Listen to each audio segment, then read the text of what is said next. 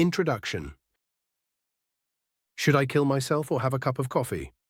It's a striking question, at once absurd and profound, and a fitting way to open a meditation on the tensions of existence. Attributed to Albert Camus, the line encapsulates the essential confrontation at the heart of existential philosophy, the stark juxtaposition of annihilation and routine. It invites us to consider not just whether life is worth living, but whether the smallest acts of participation in life, like making a cup of coffee, can themselves be meaning enough. This book is born from that question. Existentialism, particularly in its 20th century articulation, challenges us to take radical responsibility for our freedom, even in a universe that appears cold and indifferent. It is a philosophy not of despair, but of confrontation. At its core lies the concept of the absurd, the tension between our longing for meaning and the universe's silence in return. In that confrontation, we do not retreat, we respond. The cup of coffee, then, is not incidental. It becomes emblematic, a symbol of presence, of choosing to engage, to continue, to create rhythm and ritual in the face of uncertainty. It is a modest but resolute affirmation that life, however fragmented or uncertain, still invites participation. To choose the coffee is to choose life. It is in the act of choosing, of continuing despite the void, of acting despite the uncertainty, that existential philosophy finds its power. It offers no easy answers, no comforting illusions. Instead, it challenges us to cultivate meaning through engagement, to define ourselves through action, and to derive purpose not from what the world gives, but from how we respond to it. As I reflect on my own motivation to write this book, I do so not merely as a thinker or writer, but as a human being who has wrestled with the contradictions of life, its darkness and its beauty, its alienation and its intimacy. I bring to this work not a set of prescriptions, but a deep empathy for those navigating the grey waters of hopelessness, existential fatigue, and quiet despair. I have lived long enough and studied widely enough to know that the choice to live is not always easy, and that even mundane acts can carry the weight of quiet heroism. This book is not a manual for happiness, nor a blueprint for salvation. Rather, it is an invitation to reflect, to feel, to question, and perhaps to see your morning coffee not as an empty ritual, but as an act of rebellion, a declaration of intent, and a gentle yet firm yes to life. In the pages that follow, I will explore how existentialism and absurdism provide not just a framework for thought, but a posture for living. I will argue that in the face of chaos, we must seek not control, but virtue, and that in embracing our freedom, we embrace the very thing that makes life worth the struggle. This is a book about the courage to continue. This is a book about choosing coffee. The final monologue of Danny Boyle's 1996 film Trainspotting encapsulates our journey ahead. Now I'm cleaning up and I'm moving on, going straight and choosing life. I'm looking forward to it already. I'm gonna be just like you. The job, the family, the fucking big television, the washing machine, the car, the compact disc and electric tin opener, good health, low cholesterol, dental insurance, mortgage, starter home, leisure wear, luggage, three-piece suite, DIY, game shows, junk food, children, walks in the park, 9 to 5, good at golf, washing the car, choice of sweaters, family Christmas, indexed pension, tax exemption, clearing gutters, getting by, looking ahead, the day you die. There's a little sarcasm in this speech, but the point is that he recognizes the absurdity of our existence and that there seems to be little to no point in anything, but he's going to press on regardless. And so should we. Chapter 1. The Nihilism Deluge. If we believe in nothing, if nothing has any meaning, and if we can affirm no values whatsoever, then everything is possible and nothing has any importance. Albert Camus. Nihilism has deeply permeated our culture and society in the 21st century. This chapter seeks to examine the origins and expressions of nihilism, delving into its influence on philosophy, contemporary culture, and individuals. In order to grasp the impact of nihilism, it is imperative to first comprehend its fundamental nature. It's not just an abstract philosophical idea. Nihilism is a complete way of looking at things that rejects any meaning or worth in existence. This pessimistic viewpoint has significant consequences for how we might perceive the world around us, if we were to associate with it, that is. Nihilism questions the fundamental principles of conventional belief systems, asserting that life does not possess inherent meaning or purpose. The notion that there exists no absolute truth or inherent worthiness compels us to confront the notion of potentially forging our own sense of purpose, a disconcerting prospect for many of us. Exploring the historical origins of nihilism uncovers its development as a reaction to changes in society and culture. Friedrich Nietzsche and Arthur Schopenhauer, philosophers of the 19th century, established the foundation for nihilistic ideology by questioning conventional concepts of morality and metaphysics. Modern nihilism is no different, as evidenced by this passage from Chuck Palahniuk's Fight Club. "I see in the Fight Club the strongest and smartest men who've ever lived. I see all this potential, and I see squandering. God damn it, an entire generation pumping gas, waiting tables, slaves with white collars. Advertising has us chasing cars and clothes, working jobs we hate so we can buy shit we don't need. We're the middle children of the history man, no purpose or place. We have no great war, no great depression. Our great war is a spiritual war. Our great depression is our lives.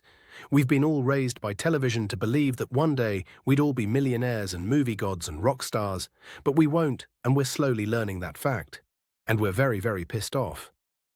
One component of nihilism, the one which challenges accepted beliefs and norms, tends to be popular with people who are new to philosophy and played an integral role in its rise from the late 19th century to the mid-20th century. To deal with the emptiness that nihilism caused over that period, philosophers thought about what would happen if we truly believed the universe didn't have any inclination to provide us with meaning or purpose while we're here. This, as we know, led to the rise of existentialist philosophy. Nihilistic philosophical movements questioned the very nature of human life, forcing us to face emptiness and find meaning in a universe that, one, seems to have no purpose, and two, has no interest in what we do while we're living in it. As we transition from theoretical concepts to actual circumstances, this is not an introduction on nihilism after all. The impact of nihilism on contemporary culture becomes apparent. I mean, we see it everywhere. Artistic expressions, ranging from movies to music, often incorporate nihilistic themes, which serve as a reflection of a society that is struggling with the lack of a universally accepted purpose or meaning. Literary works, spanning from timeless masterpieces to modern novels, frequently engage with nihilistic themes. Authors use their stories to look into the complicated parts of being human, in a world where meaning needs to be carefully constructed since it's anything but universal. Nihilism in literature transcends any particular genre or style, instead permeating as an all-encompassing undertone that influences the development of characters and narratives. Literature acts as a reflective tool, showcasing the nihilistic trends of the present era, ranging from bleak depictions of a purposeless future to deep introspections on personal meaning-making. Read any Cormac McCarthy novel or any of the hundreds of novels he's inspired. Nihilistic artists use art, whether it's making things or putting on performances, to show how they feel and what they think of the world they're inhabiting. The lack of predetermined meaning allows for a deep exploration of what it means to be human. Nihilistic art subverts traditional norms and expectations, prompting us to confront the unease of a world devoid of inherent purpose. It challenges conventional interpretations through abstract paintings and performances that provoke introspection, pushing the boundaries of artistic expression. The prevalence of nihilistic themes in both art and pop culture is not solely a manifestation of individual artists' viewpoints.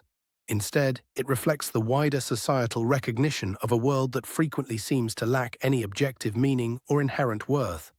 Let's take a look at a few examples in film, television, music, literature, and the visual arts. Fight Club, a film helmed by David Fincher based on the book by Chuck Palahniuk, incorporates nihilistic themes as it critiques consumer culture and explores existential angst. The main character, whose name is not given, feels like he has no purpose in life until he meets Tyler Durden, a reflection of his shadow self. The act of embracing this version of himself is what comprises the first few acts of the story and the film is mostly about nihilistic rejection of social norms, consumerism, and the search for one's own identity. The Coen brothers' film adaptation of Cormac McCarthy's novel No Country for Old Men explores nihilism by focusing on the character of Anton Chigurh. His unwavering determination and ruthless aggression epitomize a nihilistic perspective, mirroring a disorderly cosmos lacking in ethical certainties or repercussions. The Sopranos, the highly praised television series of the late 1990s, combines elements of organized crime drama with deep existential exploration. Tony Soprano, the morally ambiguous main character, struggles with the lack of purpose in his own life, reflecting the nihilistic undertones of a world where power and violence frequently overshadow significance and ethics. BoJack Horseman is an animated series that explores the life of a former successful actor.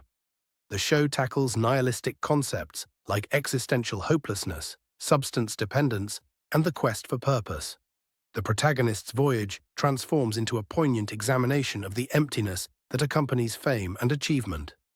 Bret Easton Ellis' novel American Psycho functions as a harsh criticism of consumerism and the emptiness of the American dream. Patrick Bateman, the main character, exemplifies nihilistic inclinations through his fixation on materialism, lack of moral principles, and the dehumanizing consequences of societal norms. Cormac McCarthy portrays a desolate and nihilistic world in his dystopian novel The Road. The expedition undertaken by a paternal figure and his offspring across a barren terrain functions as an investigation into the philosophical concept of nihilism when confronted with a profound sense of existential emptiness. Smells Like Teen Spirit, Nirvana's grunge masterpiece, serves as the anthem of a generation, effectively encapsulating the feelings of disillusionment and apathy prevalent during the 1990s. Kurt Cobain captures the nihilistic essence that defies societal norms and conventional ideas of achievement, with lyrics such as "Here We Are Now, Entertain Us." Radiohead's album OK Computer explores profound subjects such as the feeling of being isolated from technology, the disconnection from society, and the unease that comes with living in the modern world. The band's examination of a dystopian future reflects nihilistic anxieties regarding the gradual disappearance of significance in a society controlled by technology. The military shooter video game Spec Ops: The Line challenges conventional gaming narratives by embracing the horrific psychological consequences of warfare. The game presents players with moral dilemmas and shows them the outcomes of their decisions, thereby questioning the notion of heroism and highlighting nihilistic themes. The Dark Souls series, a third-person RPG fantasy video game series, is renowned for its demanding gameplay and enigmatic storyline, which includes a number of nihilistic themes. The relentless nature of the game world, combined with themes of existential strife and unavoidable deterioration, corresponds to the nihilistic concept of a brutal and apathetic universe. In the visual arts arena, Banksy, an enigmatic street artist, frequently integrates nihilistic motifs into his politically provocative artworks. Artworks such as There Is Always Hope, 2003, which depicts a balloon drifting away, raise doubts about the effectiveness of hope in a world characterized by social, political, and environmental crises. Another artist named Yayoi Kusama produced such masterpieces as The Infinity Mirrored Room, The Souls of Millions of Light-Years Away, 2013, which elicit a feeling of existential emptiness on a cosmic scale. The recurrence and enormity in her work reflect the existential insignificance experienced when confronted with an infinite and apathetic universe. The creators of and behind the above-mentioned works were without doubt influenced by nihilistic ideas and tendencies, and understanding the origin of works of art like this is actually beneficial to us, the consumers, in that we witness and/or experience another person's view of their own abyss. Nihilism, if embraced, shapes more than just our beliefs. It shapes the way we think and what we believe in general. Loss of a shared understanding over time can lead to the breakdown of social cohesion, as groups struggle to find common points of view in a world where individual interpretations are the norm. Imagine yourself on a boat, and every person on board wanted the boat to go somewhere other than where you wanted it to go. And because of this, nihilism serves as a disruptive influence in society, questioning and challenging established norms and institutions, not all of which are bad and need to be torn down. The absence of a commonly held moral or existential framework can result in a void, causing us and our communities to feel lost amidst a multitude of conflicting ideologies and subjective truths. The influence of nihilism on society is not consistently detrimental, however. Advocates claim that it promotes individual liberty and independence by freeing us from predetermined interpretations and enabling a more flexible and evolving social framework. There are actually a number of books that encourage readers to embrace passive nihilism as a way of life. In the midst of prevailing nihilistic trends, we are faced with the challenge of navigating the intricacies of a seemingly purposeless world. Learning how to cope is an important way to fight the nihilistic trend we're seeing, and a lot of psychologists and counselors are looking for training and support to better provide them to their clients. Existentialism emerges as a contrasting response to nihilism, highlighting the significance of individual autonomy and the formation of subjective significance. This shift prompts us to seek meaning through our own endeavors, thereby confronting the existential emptiness of nihilism. Existentialism proposes that we possess the agency to determine our own fate, serving as a mechanism for coping. By accepting the concept that existence comes before essence, we can find significance in our experiences, relationships, and achievements. The adoption and understanding of existentialism as a coping mechanism does not entail a rejection of nihilistic realities, but rather a proactive and deliberate response to them, i.e., choosing coffee over the alternative every morning. It signifies a deliberate attempt to confront the emptiness caused by nihilism and construct a purposeful existence in its absence. Even though there doesn't seem to be a reason why I exist nonetheless and should perhaps get to work thinking about why. The emergence of existentialism as a response to nihilism is not simply a philosophical fad, but rather a crucial cultural and psychological requirement. Amidst the presence of nihilistic forces that pose a risk of overwhelming us with existential hopelessness, existentialism offers a life-saving vessel, a method for successfully navigating the turbulent depths of purposelessness.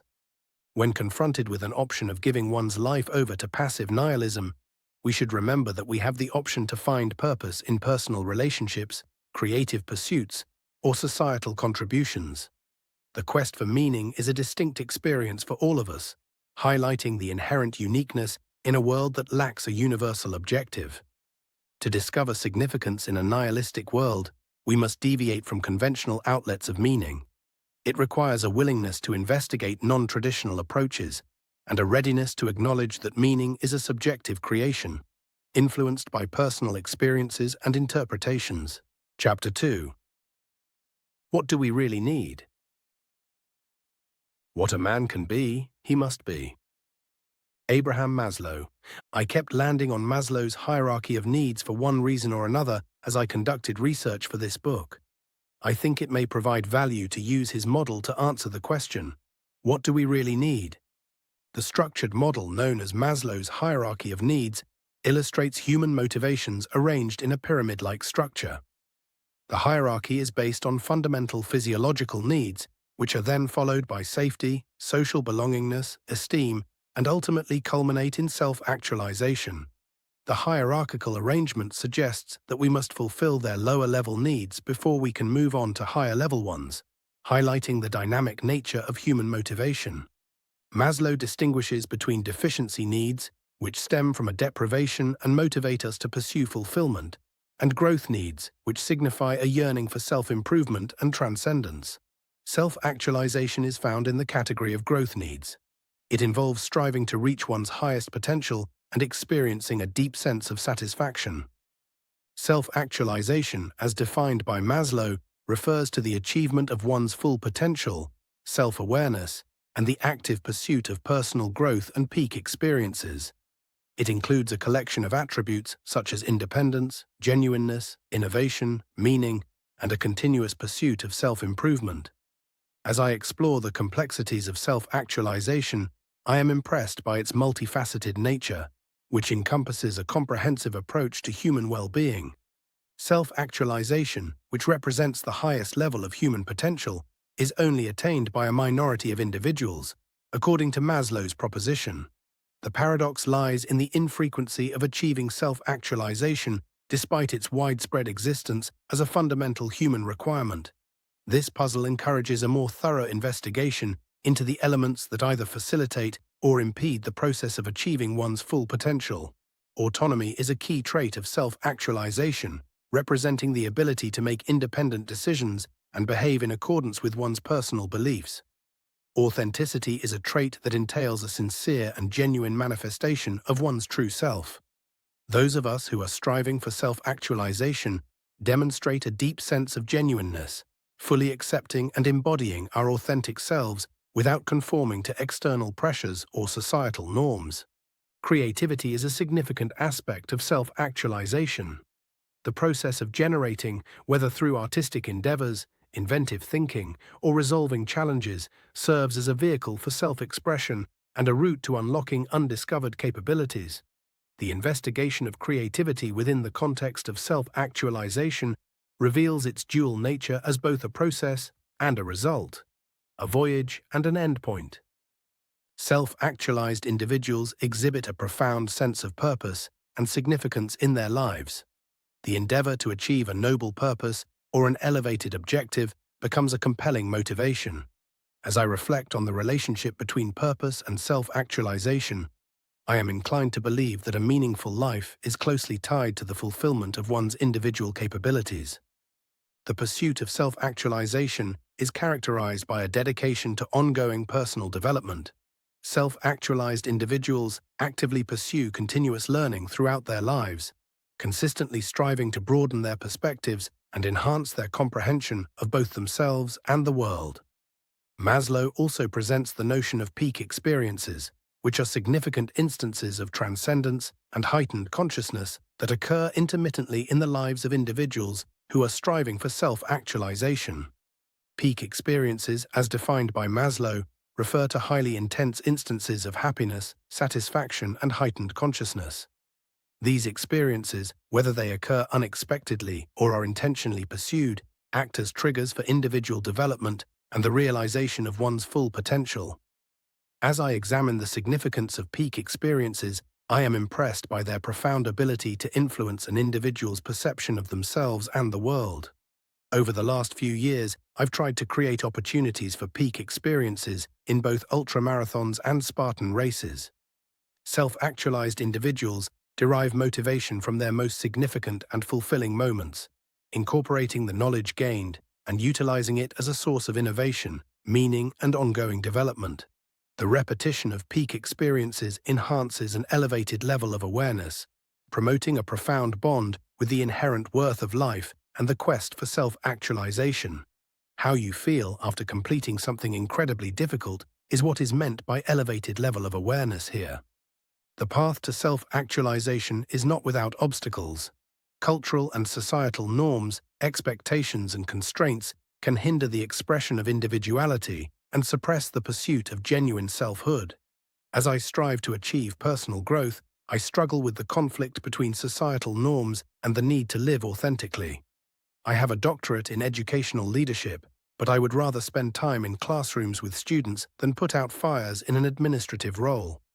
I learnt this a few years after earning my PhD, and am now seen as someone who is underachieving because my goals have shifted.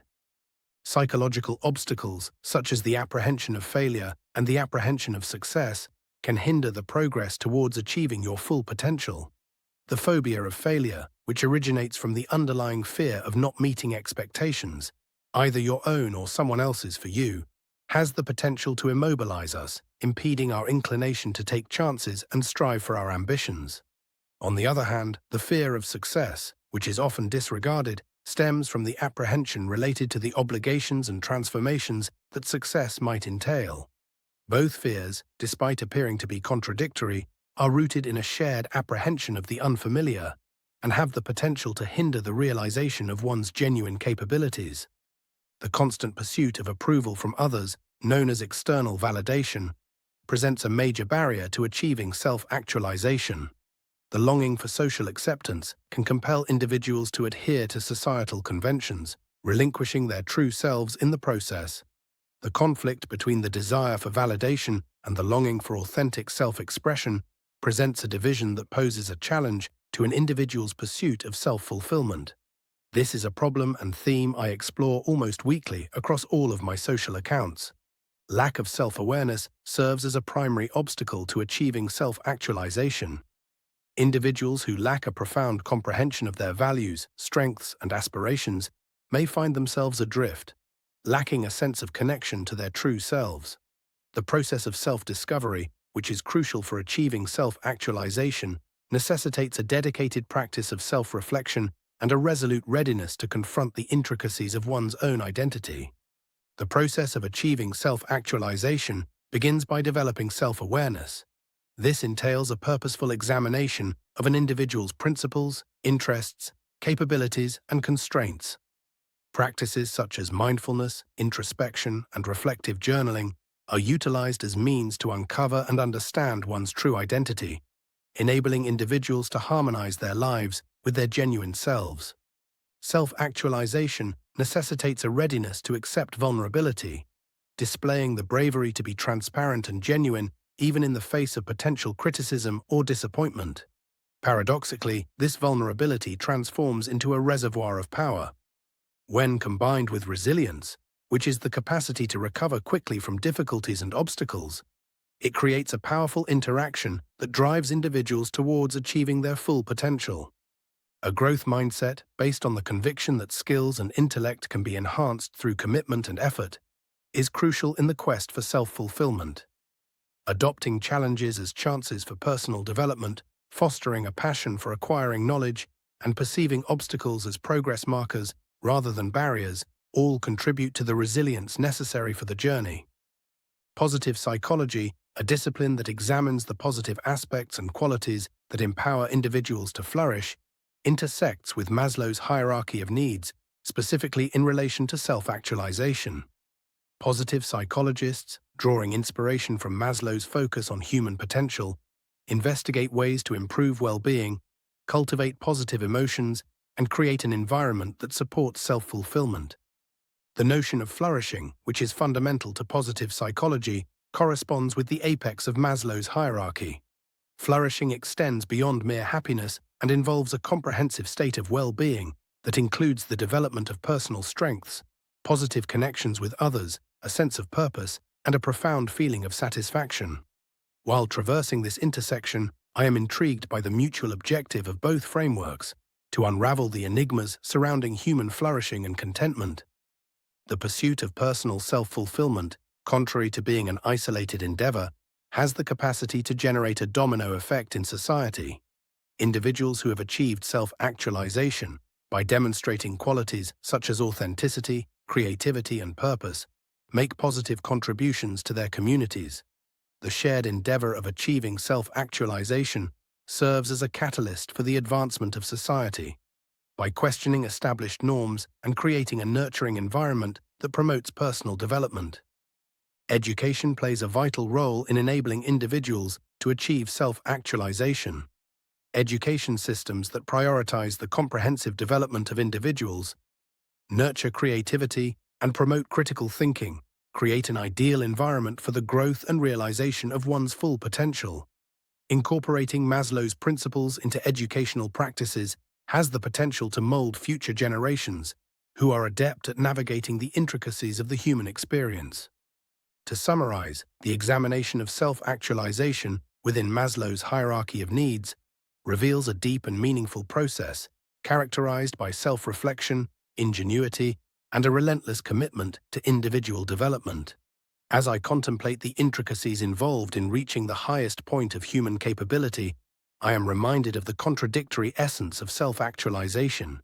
It is both something that is common to all and yet difficult to achieve, a goal that is shared by many but pursued in a distinctively personal manner. The insights derived from Maslow's framework transcend mere theoretical constructs. They function as a roadmap for individuals endeavoring to comprehend the complexities of their own being.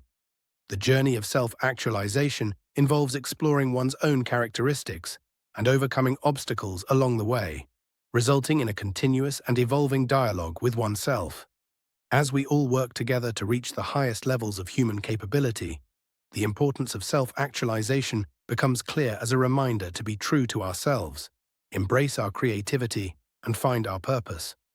The investigation of this highest point in Maslow's hierarchy compels individuals to embark on a profound and life-changing journey, one that surpasses the boundaries of what is familiar and encourages the development of untapped human capabilities. Chapter 3: The Problems with the Self-Help Industry. The only journey is the one within. Ralph Waldo Emerson. The self-help industry, a dominant force in the contemporary realm of personal growth, offers us the prospect of empowerment, metamorphosis, and the means to unlock our utmost capabilities. The industry saturates society with a plethora of books. This book may actually end up in that category. Seminars, podcasts, and apps, providing an apparently limitless range of tools for self-improvement. Nevertheless, beneath the polished facade of this lucrative industry, there are numerous unintended issues and outcomes that warrant careful scrutiny. This chapter explores the uncharted territory of the self-help industry, examining the intricacies and difficulties it presents in people's lives. The self-help industry encompasses a wide range of products and services designed to aid individuals in attaining personal development, accomplishment, and overall welfare. The industry serves a wide range of individuals seeking guidance in various areas such as career progression, relationship enhancement, mental well-being, and spiritual enlightenment through motivational speakers and mindfulness apps. An inherent issue within the self-help industry is the perpetuation of the false belief in immediate solutions and rapid personal growth. Numerous self-improvement products make claims of swift outcomes, targeting the inclination for immediate transformation in a time characterized by impatience and a craving for instant satisfaction. In my zeal to lessen the suffering of people, I've mistakenly contributed to this problem. Many people, enticed by the promise of quick and easy progress, frequently face impractical anticipations. The disparity between these expectations and the gradual pace of authentic personal growth can result in disillusionment, exasperation, and a feeling of inadequacy. The industry itself, intended to promote growth, may unintentionally contribute to a cycle of disappointment. Although the self-help industry claims to have a noble objective of assisting us in our pursuit of personal growth, it is still susceptible to the impact of commercial interests. The pursuit of profit can sometimes overshadow the sincere desire to help, resulting in the development of products and services that prioritize market dominance rather than making a meaningful impact. The commercialization of personal growth can unintentionally sustain consumerism and materialism. We may be under the impression that acquiring the most recent self-help publication, participating in a costly seminar, or enrolling in high-end coaching programs is the ultimate path to self-fulfillment. The focus on the consumer can divert attention from the more profound elements of personal development. An ongoing problem in the self-help industry is the inclination to embrace a universal approach that is applicable to everyone. Several widely embraced self-help strategies, often based on anecdotal triumphs, may fail to acknowledge the intricate and varied experiences of individuals. This process of homogenization fails to acknowledge the distinctiveness of individual experiences, which may result in isolating those whose paths deviate from the predetermined pattern. I realized this early on when I began teaching stoicism online. I came to terms with it not being for everyone fairly quickly. The field of human psychology is characterized by its multifaceted nature, as individuals navigate a complex interplay of emotions, experiences, and circumstances. The self-help industry's tendency to favor simplified solutions may overlook the complexities of the human psyche, potentially resulting in incomplete or misguided interventions. An omnipresent problem within the self-help industry is the overemphasis on positivity as a panacea for the difficulties encountered in life. Although developing a positive mindset is unquestionably beneficial, the burden of upholding a constant state of positivity can have negative consequences. People may experience a strong urge to hide their true emotions, resulting in a false display of happiness that masks underlying difficulties. The concept of toxic positivity refers to the tendency to excessively focus on positive emotions and deny or suppress negative emotions. This can be detrimental to one's emotional well-being and hinder personal growth and self-awareness. The phenomenon of toxic positivity can emerge from the cult of positivity, which entails an unwavering commitment to maintaining a positive mindset, even when confronted with challenging circumstances. The refusal to acknowledge and confront one's emotions, driven by societal pressures influenced by the self-help sector, can impede authentic emotional reflection and exacerbate mental health issues such as anxiety and depression. The self-help industry, in its pursuit of providing guidance, may inadvertently contribute to the decline of individual accountability. By portraying success as a direct result of following specific strategies and failure as a consequence of not adhering to prescribed paths, individuals may externalize their control, attributing outcomes solely to external factors. The dependence on extrinsic motivators, such as the prospect of achievement or the apprehension of defeat, can undermine intrinsic motivation, the inherent impetus that originates from personal gratification and a sense of meaning. The self-help industry's emphasis on external indicators of success may unintentionally diminish the profound influence of internal motivation on long-term personal growth. Reports have emerged regarding exploitative practices in coaching and seminars within the self-help industry. People who are susceptible to the appeal of instant solutions may become trapped in costly programs that offer dramatic changes but provide little substance. Ethical concerns arise when the desire for profit takes precedence over the sincere intention to help individuals in their personal development process. The widespread availability of self-help platforms, especially on the internet, exposes individuals to a plethora of advice, not all of which is well-founded or qualified. The spread of unverified or misleading information can present substantial dangers, potentially worsening current problems or guiding individuals towards unproductive courses of action. A social media account suggests you have a voice that matters, and staying in your lane is a thing of the past. Individuals who participate in the self-help industry are advised to approach its offerings with a critical mindset. Through careful analysis of the commitments made, comprehension of the constraints of universal solutions, and awareness of the business motives involved, individuals can make more knowledgeable choices regarding their personal growth goals. Consumers, advocates, and industry professionals all share a collective responsibility to promote ethical practices in the self-help industry. This entails ensuring that practitioners are held responsible, advocating for openness, and cultivating a culture that places a higher value on the authentic welfare of individuals rather than profit-oriented incentives. While receiving external guidance can be beneficial, it is crucial to complement it with internal introspection. It is important to acknowledge and appreciate the distinctiveness of each person's experiences, understand the intricacies of human psychology, and recognize the constraints of external interventions in order to promote a comprehensive approach to personal growth. By addressing the unforeseen challenges of the self-help industry, people can foster a more sophisticated and genuine culture of personal development.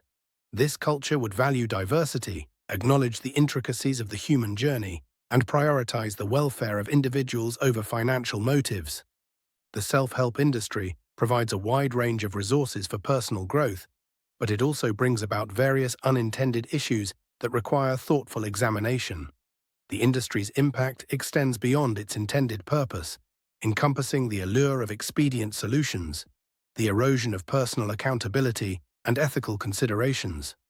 To effectively navigate the overcrowded and shifting realm of self-help, one must possess a discerning mindset, critical thinking abilities, and an understanding of the potential drawbacks inherent in widely accepted stories of personal growth.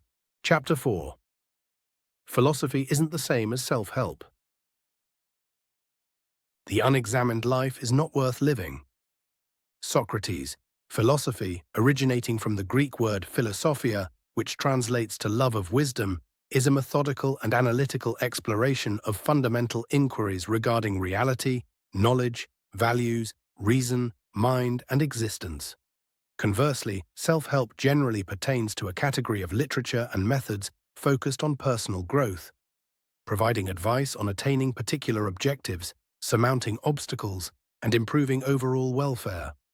Ancient Greece serves as the origin of Western philosophy, where notable individuals such as Socrates, Plato, and Aristotle established the fundamental principles for organized investigation into the essence of existence, morality, and the human experience. Philosophical thought has progressed over time, encompassing different periods like the Renaissance, the Enlightenment, and existentialism, each adding to a diverse range of ideas and perspectives. Philosophy has thrived in various cultural contexts outside of the Western tradition, encompassing Confucianism and Taoism in China, as well as Vedanta and Nyaya in India. Every tradition offers distinct perspectives on matters of existence, morality, and the essence of reality, thereby enriching the worldwide conversation on the human condition. Metaphysics is a fundamental field of philosophy that explores inquiries regarding the essence of reality, existence, and the interconnection between consciousness and physical substance. Philosophers delve into profound investigations concerning subjects such as the essence of existence, causality, and the fundamental organization of the cosmos. Epistemology is the field of study that examines knowledge and delves into inquiries regarding belief, justification, and the essence of truth. The philosophers in this discipline aim to comprehend the process by which we acquire knowledge, scrutinizing the fundamental principles of knowledge and the boundaries of human comprehension. Ethics is a fundamental discipline within philosophy that deals with moral inquiries, exploring notions such as righteousness and wickedness, excellence and depravity, and the principles that govern ethical choices. Philosophers explore the fundamental principles of ethical frameworks and the essence of moral accountability. Logic, an essential discipline within philosophy, centers on the fundamental principles of sound reasoning and argumentation. Philosophers in this discipline scrutinize the framework of arguments, explore logical errors, and contribute to the advancement of rational techniques for assessing assertions and statements. Philosophy books targeted at the general public have experienced a significant increase in popularity in recent years. Although the increased accessibility of philosophical ideas has allowed them to reach a wider audience, it has also led to a misconception: the belief that philosophy is a type of self-improvement. The titles, The Art of Happiness, and The Philosophy of Well-Being imply a merging of philosophical exploration with practical guidance for individual growth. Amidst an age marked by an excessive amount of information and the dominance of concise statements, intricate philosophical concepts are frequently condensed into simplified, easily digestible fragments to cater to a wide audience. Although the ease of access to philosophical concepts can be advantageous, it can also lead to the misconception that philosophy is mainly focused on providing immediate resolutions to the difficulties of life. Self-help literature commonly focuses on providing practical advice and concrete strategies to attain specific goals. Self-help books frequently offer a clear plan for individuals who desire concrete enhancements in various aspects of their lives, such as relationships, career achievements, or mental well-being. The core of self-help literature revolves around an approach that focuses on the individual, emphasizing personal empowerment, self-exploration, and the achievement of personal objectives. The genre frequently motivates readers to assume control over their lives and implement constructive modifications through distinct strategies and practices. Several self-help books incorporate accounts of personal metamorphosis and triumph, frequently utilizing the experiences of individuals who have surmounted hardship or accomplished noteworthy objectives. Think Can't Hurt Me by David Goggins. These narratives function as inspirational anecdotes designed to inspire readers to replicate comparable routes to achievement. Contrary to the simplistic view of philosophy as a tool for personal improvement, authentic philosophical investigation functions as a means of introspection, rather than offering specific guidance. Philosophical texts prompt readers to confront difficult concepts, urging them to scrutinize presuppositions, evaluate reasoning, and participate in profound reflection. Engaging in the study of philosophy fosters the development of critical thinking and analytical abilities. Philosophers undergo training to assess arguments, detect logical fallacies, and participate in rigorous discussions. These skills enhance one's intellectual repertoire, but they diverge from the pragmatic, objective-driven emphasis commonly found in self-help literature. Philosophical exploration of ethics offers a structured approach to tackling important moral dilemmas and scrutinizing the principles that govern ethical choices. Philosophy promotes the examination of the moral aspects of one's decisions and behaviors, rather than providing direct solutions. Philosophical concepts possess an inherent resistance to being overly simplified. Efforts to simplify incredibly complex philosophical ideas into clear-cut principles may lead to a reduction in subtlety and profundity. Philosophical inquiry flourishes through the examination of ambiguity, paradox, and the indefinite nature of fundamental questions. Contrary to self-help literature, which frequently offers straightforward answers, philosophy recognizes the intricate nature of human experience. Philosophers acknowledge that inquiries regarding existence, morality, and knowledge lack universally applicable solutions. The process of philosophical inquiry entails embracing ambiguity and actively engaging with the complexities of various viewpoints. A fundamental difference between philosophy and self-help lies in the inherent significance of philosophical investigation. Philosophers engage in the pursuit of wisdom not only for practical benefits, but also as a goal in its own right. The inherent worth resides in the act of interrogating, investigating, and actively participating in the profound enigmas of existence. Philosophy provides the pleasure of engaging in intellectual investigation, delving into the extensive realm of concepts that have influenced societies over time.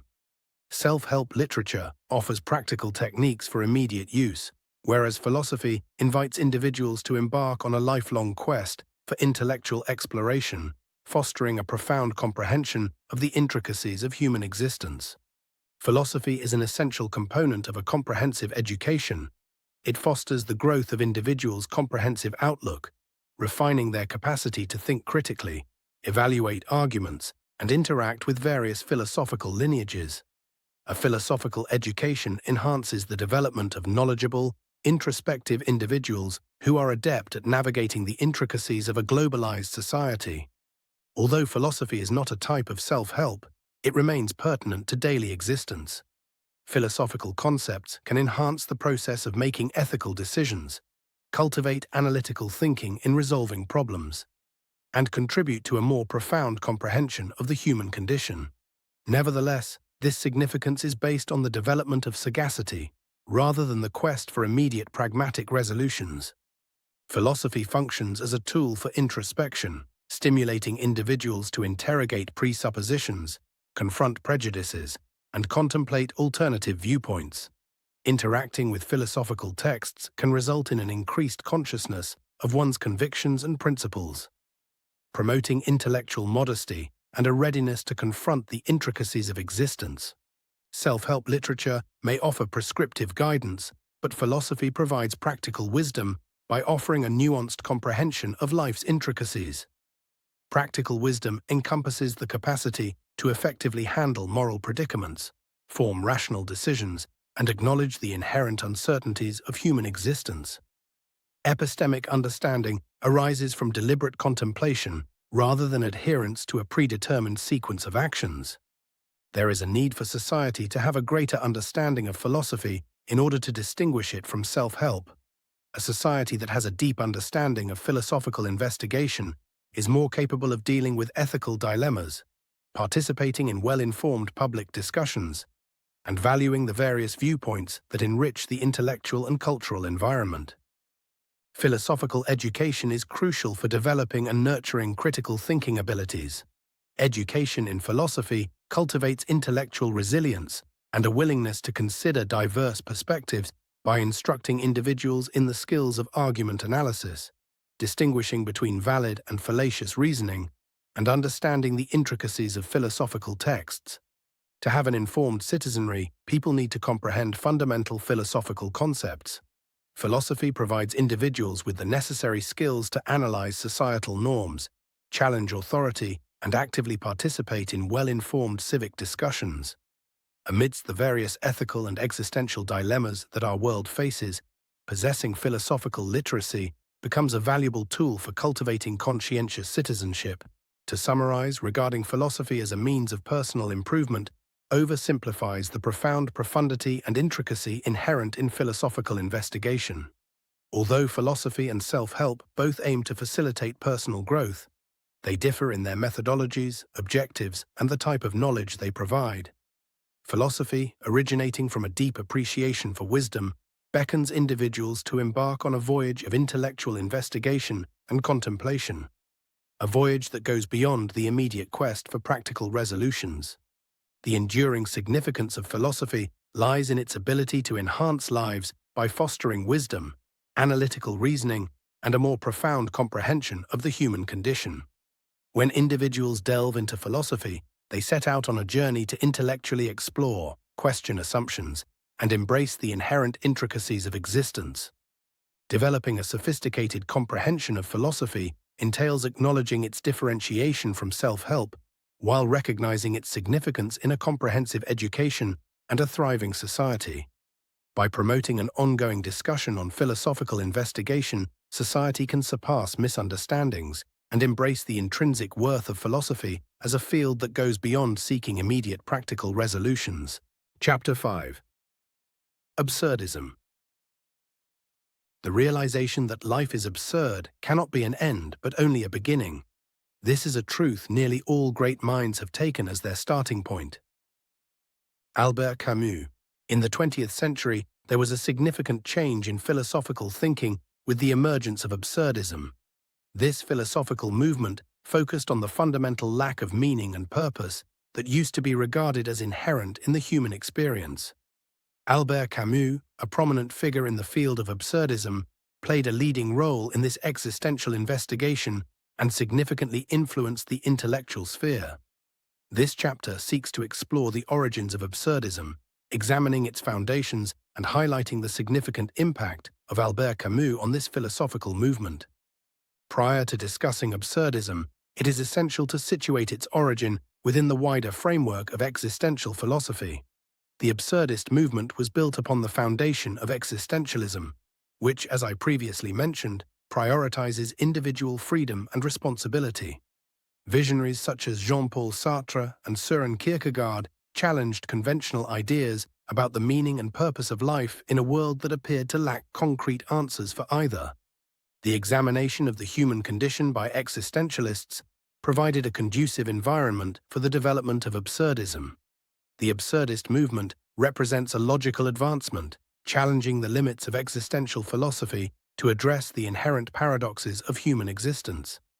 The formalization of absurdism as a distinct philosophical stance can be attributed to the works of Albert Camus.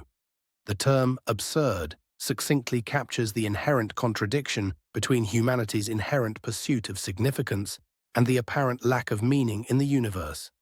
In his influential essay, The Myth of Sisyphus, Camus elaborates on the inherent absurdity of the human condition, positioning it as a fundamental principle within his philosophical framework. The Myth of Sisyphus by Camus introduces the mythological character Sisyphus, who is condemned to perpetually push a large rock up a hill, only for it to repeatedly roll back down. Camus argues that the sense of meaninglessness in existence serves as a metaphor for the human quest for purpose in a universe that, in his view, shows no concern for our desires, wishes, attention, etc. Camus argues that recognizing the inherent meaninglessness of existence does not advocate for nihilism, but rather encourages individuals to wholeheartedly embrace and engage with life. The central theme in most of Camus' works is the act of defying the absurd by choosing to live authentically, even though life lacks inherent meaning. In The Rebel, Camus expands upon his absurdist philosophy by examining rebellion as a reaction to the absurd. When confronted with an apparently indifferent and cold universe, rebellion serves as a means of asserting one's personal autonomy and honor. Camus' concept of rebellion is not a thoughtless resistance to authority, but rather a sophisticated and principled act of challenging unjust systems and the inherent irrationality of the human condition. The ethical position of absurdism sets it apart from mere existential distress. Although absurdism shares thematic elements with nihilism and existentialism, Camus differentiates his philosophy from these counterparts. Camus criticizes nihilism for its passive resignation due to its complete rejection of meaning.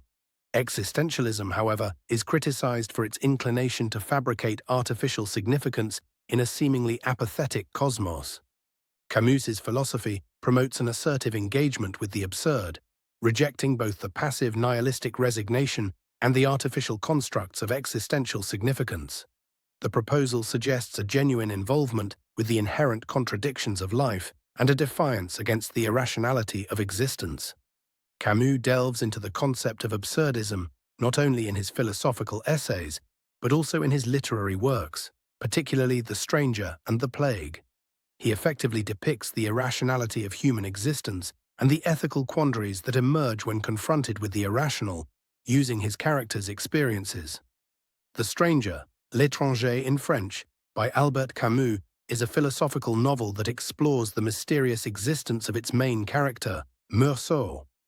The novel, published in 1942, is a fundamental work of absurdist literature, which arose during the post-war era and aimed to challenge the significance and objective of life in a seemingly apathetic universe. It is a stark depiction of the life of Meursault, an Algerian clerk residing in French Algiers, who is characterized by his emotional detachment and apathy.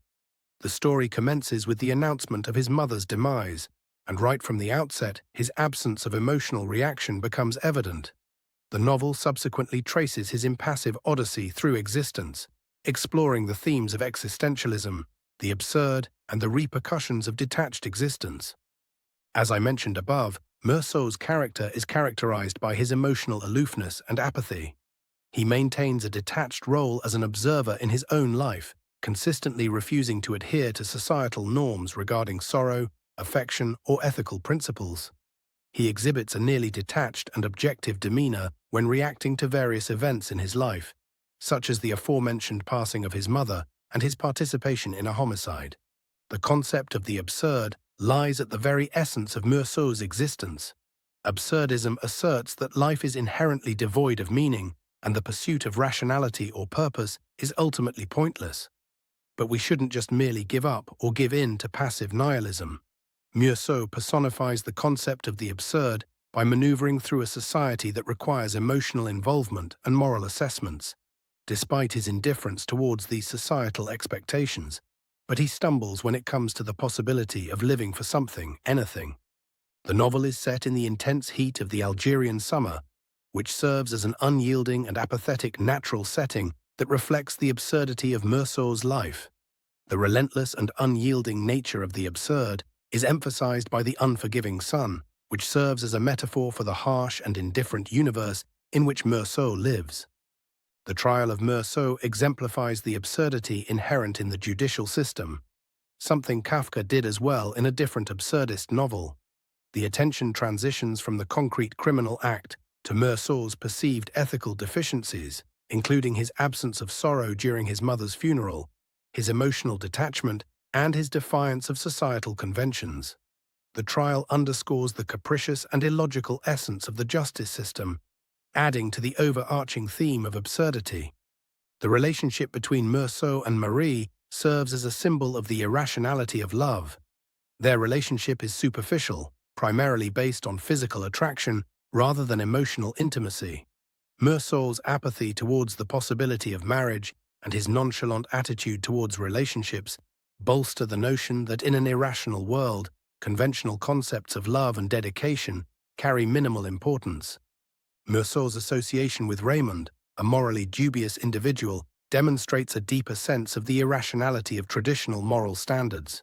Meursault's impartial embrace of Raymond's conduct, encompassing domestic violence, defies societal norms, thereby exemplifying the novel's central motif of the capriciousness of moral evaluations. The climax of Meursault's journey is characterized by the apparently irrational homicide of an Arab individual on a shoreline. The action itself lacks any motive or rationality, highlighting the irrationality of violence in a world that lacks inherent significance. The novel's examination of the irrationality of human behavior is further underscored by Meursault's emotional detachment, both during and after the act. The ultimate clash between Meursault and the prison chaplain provides a poignant examination of the absurdity within the realm of religion. Meursault, an atheist, refuses the chaplain's endeavors to offer him spiritual comfort and purpose in his existence. The scene highlights the inherent conflict between religious narratives and the absurdist worldview, which emphasizes the need to construct meaning rather than passively accepting it. Meursault's expedition, characterized by emotional disengagement and a rejection of societal norms, epitomizes the senselessness of navigating a world lacking inherent significance. The novel prompts readers to confront the existential emptiness and wrestle with the consequences of a universe that is indifferent to human matters, an idea that is oddly unpopular in the 21st century due to gurus and movements that suggest you can merely manifest anything you want because the universe cares that much about you. The Plague, another absurdist novel by Albert Camus, known as La Peste in French, is a profound examination of the human condition when confronted with an unexplainable and devastating epidemic. The novel, published in 1947, explores the town of Oran, Algeria, as it confronts an abrupt outbreak of a plague that disrupts the normal patterns of daily existence. Camus employs this narrative to elucidate the inherent irrationality of human existence, the inescapability of anguish, and the pursuit of significance in a seemingly apathetic cosmos. The plague commences in the Algerian town of Oran, with the enigmatic manifestation of deceased rodents.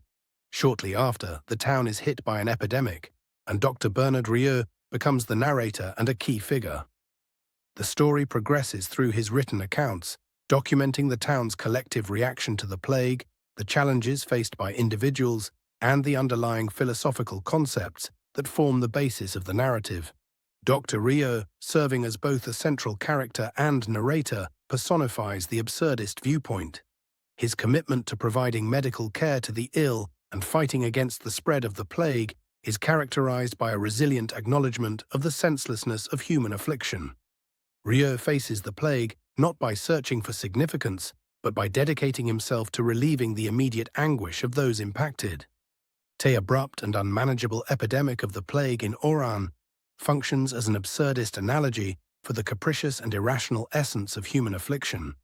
The epidemic disrupts the regularity of daily life, revealing the vulnerability of human existence when confronted with incomprehensible forces. The novel's beginning, characterized by the unexplainable demise of rodents, prefigures the imminent outbreak of a deadly epidemic. Rats, as vectors of disease, symbolize the irrational and uncontrollable facets of existence. The recurrent pattern of the plague, with its unpredictable occurrence and withdrawal, highlights the inherent irrationality of human efforts to combat inexplicable forces. The town of Oran, initially exhibiting denial towards the gravity of the plague, exemplifies the innate human inclination to resist acknowledging the irrationality of suffering. The town's leaders endeavor to justify the unexplainable, reflecting society's inclination to seek significance even when confronted with irrational occurrences. Rambert, a journalist who is estranged from his wife due to the quarantine, personifies the innate human inclination to defy the senselessness of anguish. The individual's unwavering determination to find a way out symbolizes the fruitless search for purpose and normality in a world that has been disrupted by the irrationality of the plague. Cotard, a dubious individual who flourishes in the midst of the plague, adjusts to the irrationality by wholeheartedly accepting the disorder. His adeptness in maneuvering through irrational situations and capitalizing on the misfortune of others exemplifies an alternative approach to the absurd, characterized by opportunism and a disregard for moral boundaries. Dr. Rieu's dedication to fighting the plague exemplifies the principles of absurdist philosophy. He does not act with a desire to find meaning or a belief in a higher purpose. Instead, he recognizes the inherent irrationality of the situation and responds by dedicating himself pragmatically to reducing suffering. Rieu's portrayal as an absurd hero corresponds with Camus' examination of heroism in the presence of the absurd. Rieu's heroism is characterized by a steadfast dedication to directly and tangibly relieving human suffering, rather than through extravagant actions or a search for abstract significance. Father Panelou, the Jesuit priest of the town, initially perceives the plague as a divine retribution. The sermons he delivers promote a religious approach, presenting the suffering as a trial of one's faith. Nevertheless, as the plague progresses, Panelou's conviction falters, and he grapples with the constraints of religious justifications when confronted with incomprehensible affliction. Camus, a critic of religious transcendence, examines the irrationality of divine silence in the face of human suffering. The plague poses a challenge to conventional religious narratives that aim to offer significance and direction in the midst of hardship. The lack of divine intervention serves as evidence for the absurdist viewpoint. Ultimately, the plague functions as a profound examination of the inherent irrationality present in the human experience. Albert Camus, in his exploration of the plague, constructs a story that questions traditional ideas about significance, ethics, and the quest for transcendence. The characters in the novel struggle with the illogical and random essence of pain, mirroring Camus's wider philosophical investigations into the absurd. Camus' literary works not only serve as artistic representations of absurdism, but also effectively communicate important philosophical concepts to a wider range of readers. Camus employs literature as a means to prompt readers to directly confront the irrationality and meaninglessness of life in a deeply felt and emotional manner. Albert Camus' philosophical legacy endures as a cornerstone of absurdism, continuing to influence existential thought and literary discourse. His deep understanding of the human condition, combined with his exceptional writing skills, establish him as a significant figure in the development and expression of absurdism. Following Camus' contributions, absurdism continues to be a vibrant and developing philosophical school of thought, encouraging ongoing investigation and reinterpretation. The impact of Albert Camus extends beyond academic spheres and permeates the wider cultural awareness, serving as a reminder for humanity to bravely confront the inherent meaninglessness of life, rebel against it, and steadfastly pursue a genuine and true way of living. Chapter 6. Embrace the irrational. The greatest obstacle to living is expectancy, which hangs upon tomorrow and loses today. The whole future lies in uncertainty. Live immediately. Seneca. Within the complex fabric of human life, one aspect that is frequently disregarded is the embracing of the absurd, or the irrationality of life, if we don't want to use a philosophical label, even though the two are somewhat interchangeable.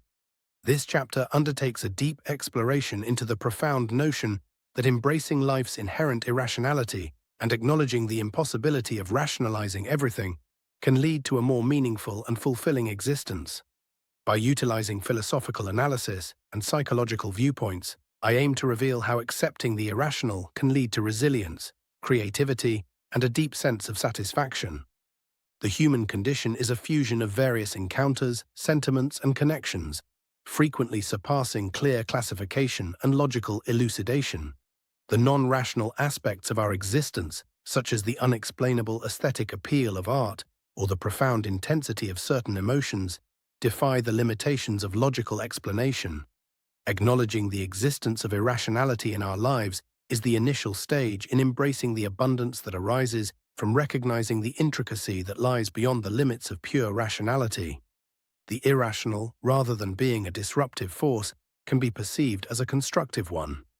It prompts us to question our existing beliefs and encourages us to investigate unfamiliar territory, cultivating a feeling of awe and inquisitiveness. This acknowledgement establishes the foundation for a comprehensive comprehension of human nature and a profound bond with the capricious forces of existence. Although rational thinking is crucial for navigating the world, it does have inherent limitations. The inclination to enforce rationality in all aspects of existence can result in frustration and a feeling of existential dissatisfaction. The complex and diverse nature of life is difficult to categorize accurately, and trying to fit it into a rigid, rational framework can lead to a simplified and limited understanding. Recognizing the boundaries of rationality does not imply embracing irrationality as disorder, but rather extends an invitation to value the complex subtleties that lie outside the realm of reason. This statement recognizes that certain aspects of existence elude simple explanations, and that the human journey is inherently complicated and diverse. The nature of life is inherently unpredictable, and striving to eliminate all unpredictability through inflexible rational systems is an impossible and futile endeavor. By accepting the irrationality and unpredictability of life, individuals can more effectively navigate through periods of uncertainty. This acceptance cultivates resilience, empowering individuals to adjust to unexpected circumstances and discover significance even in the presence of uncertainty. Embracing uncertainty allows individuals to utilize resilience and adaptability to shape the course of their lives. Instead of being afraid of what is not known, individuals who accept the illogical elements of uncertainty discover the liberty to investigate, acquire knowledge, and develop amidst life's unpredictability. Significant advancements in human history have often emerged from the domain of the irrational. Creativity frequently arises when individuals liberate their minds to venture beyond the limitations of rigid rationality. Embracing irrationality allows for the exploration of new possibilities, original concepts, and unconventional approaches to pressing issues. The annals of human accomplishment abound with examples where individuals boldly challenged the prevailing rational conventions of their era. The embrace of the irrational has played a crucial role in driving progress, from artistic revolutions that questioned traditional viewpoints to scientific breakthroughs that challenged established paradigms. An important component of accepting the irrational entails acknowledging and comprehending emotions that defy logical justification. Emotions, frequently characterized by irrationality, have a vital impact on the human experience. Enhancing emotional intelligence, which involves understanding and managing one's own emotions, as well as perceiving and comprehending the emotions of others, enhances the quality and depth of interpersonal relationships. The spirit of the age we're currently living in suggests that emotions should be drivers instead of navigators. This, of course, is causing more harm than good. Emotional intelligence, based on recognizing the illogical nature of emotions, enables individuals to navigate the ever-changing landscape of human relationships with empathy and comprehension. It cultivates a more profound bond with others and improves the overall standard of living by surpassing the constraints of rigid rationality. Life is abundant with paradoxes that defy simple rationalization. Recognizing and inviting paradoxes provides individuals with a deeper comprehension of the complexities of human existence. Embracing paradoxical elements can result in a more sophisticated perspective, enabling the integration of conflicting concepts and promoting cognitive and spiritual development. Paradoxes, when accepted and understood for what they are, serve as portals to profound understanding and sagacity. They encourage individuals to surpass dualistic thinking and recognize the intricacy inherent in the human experience. Not everything is black or white, even though we're told it is. Embracing paradoxes fosters a mindset that is receptive and adaptable when dealing with the intricacies of existence. Mindfulness, which involves recognizing the current moment without making judgments, closely corresponds to accepting irrationality. Mindfulness promotes the act of observing thoughts and emotions without the intention of rationalizing or exerting control over them. I'm thinking this way for a reason. What is that reason? This impartial consciousness fosters a feeling of tranquility and satisfaction, surpassing the perpetual requirement for logical justification. Practicing mindfulness entails fostering a close connection with the current moment, recognizing and accepting both the logical and illogical elements of one's own experience. This practice enables individuals to disengage from the constant and repetitive thoughts of the logical mind and establish a profound and instinctive comprehension of life. Various philosophical traditions, including existentialism and Eastern philosophies, have extensively dealt with the intricacies of human existence. Recognizing the constraints of rationality, existentialist philosophers, such as the ones I've already discussed, highlighted the irrationality of specific elements of human existence and advocated for personal autonomy in response to the inherent uncertainties of life. The vast array of philosophical ideas offers individuals various viewpoints on accepting the irrational. Philosophy provides numerous avenues for individuals to delve into the correlation between reason and the irrational, ranging from the existentialist plea for authenticity in the face of life's absurdity to the Eastern focus on equilibrium and harmony. Psychologically, accepting the irrational is consistent with the principles of cognitive behavioral therapy and positive psychology. Acceptance and commitment therapy, ACT, for instance, promotes the acceptance of one's thoughts and feelings without evaluation, thereby cultivating psychological adaptability and resilience. An individual's psychological well-being is closely connected to their capacity to navigate the irrational aspects of their experience. Approaches such as cognitive behavioral therapy acknowledge the inherent irrationality of specific thoughts and emotions. They provide individuals with practical techniques to effectively handle and embrace these aspects without being overwhelmed by discomfort. Ultimately, embracing the irrational becomes a fundamental principle for leading a fulfilling life. Through acknowledging the boundaries of rationality, embracing uncertainty, and recognizing the influence of emotions, individuals can develop resilience, creativity, and emotional intelligence. Engaging with contradictions and nurturing awareness additionally enhances a deeper and more significant existence. Embracing the irrational perspective can transform the pursuit of a fulfilling life into a voyage of self-exploration and individual development. The recognition that not all things can be easily rationalized or controlled, a Stoic idea we'll cover later, encourages individuals to undertake a journey towards self-awareness, comprehension, and acceptance.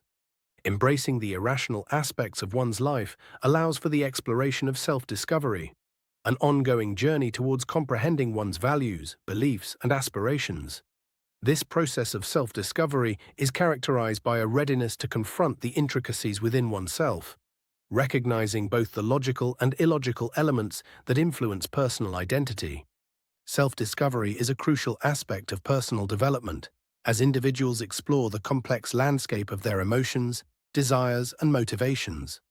By accepting and embracing the irrational, individuals can gain a more profound comprehension of their own strengths and vulnerabilities, which in turn cultivates resilience when confronted with the difficulties of life.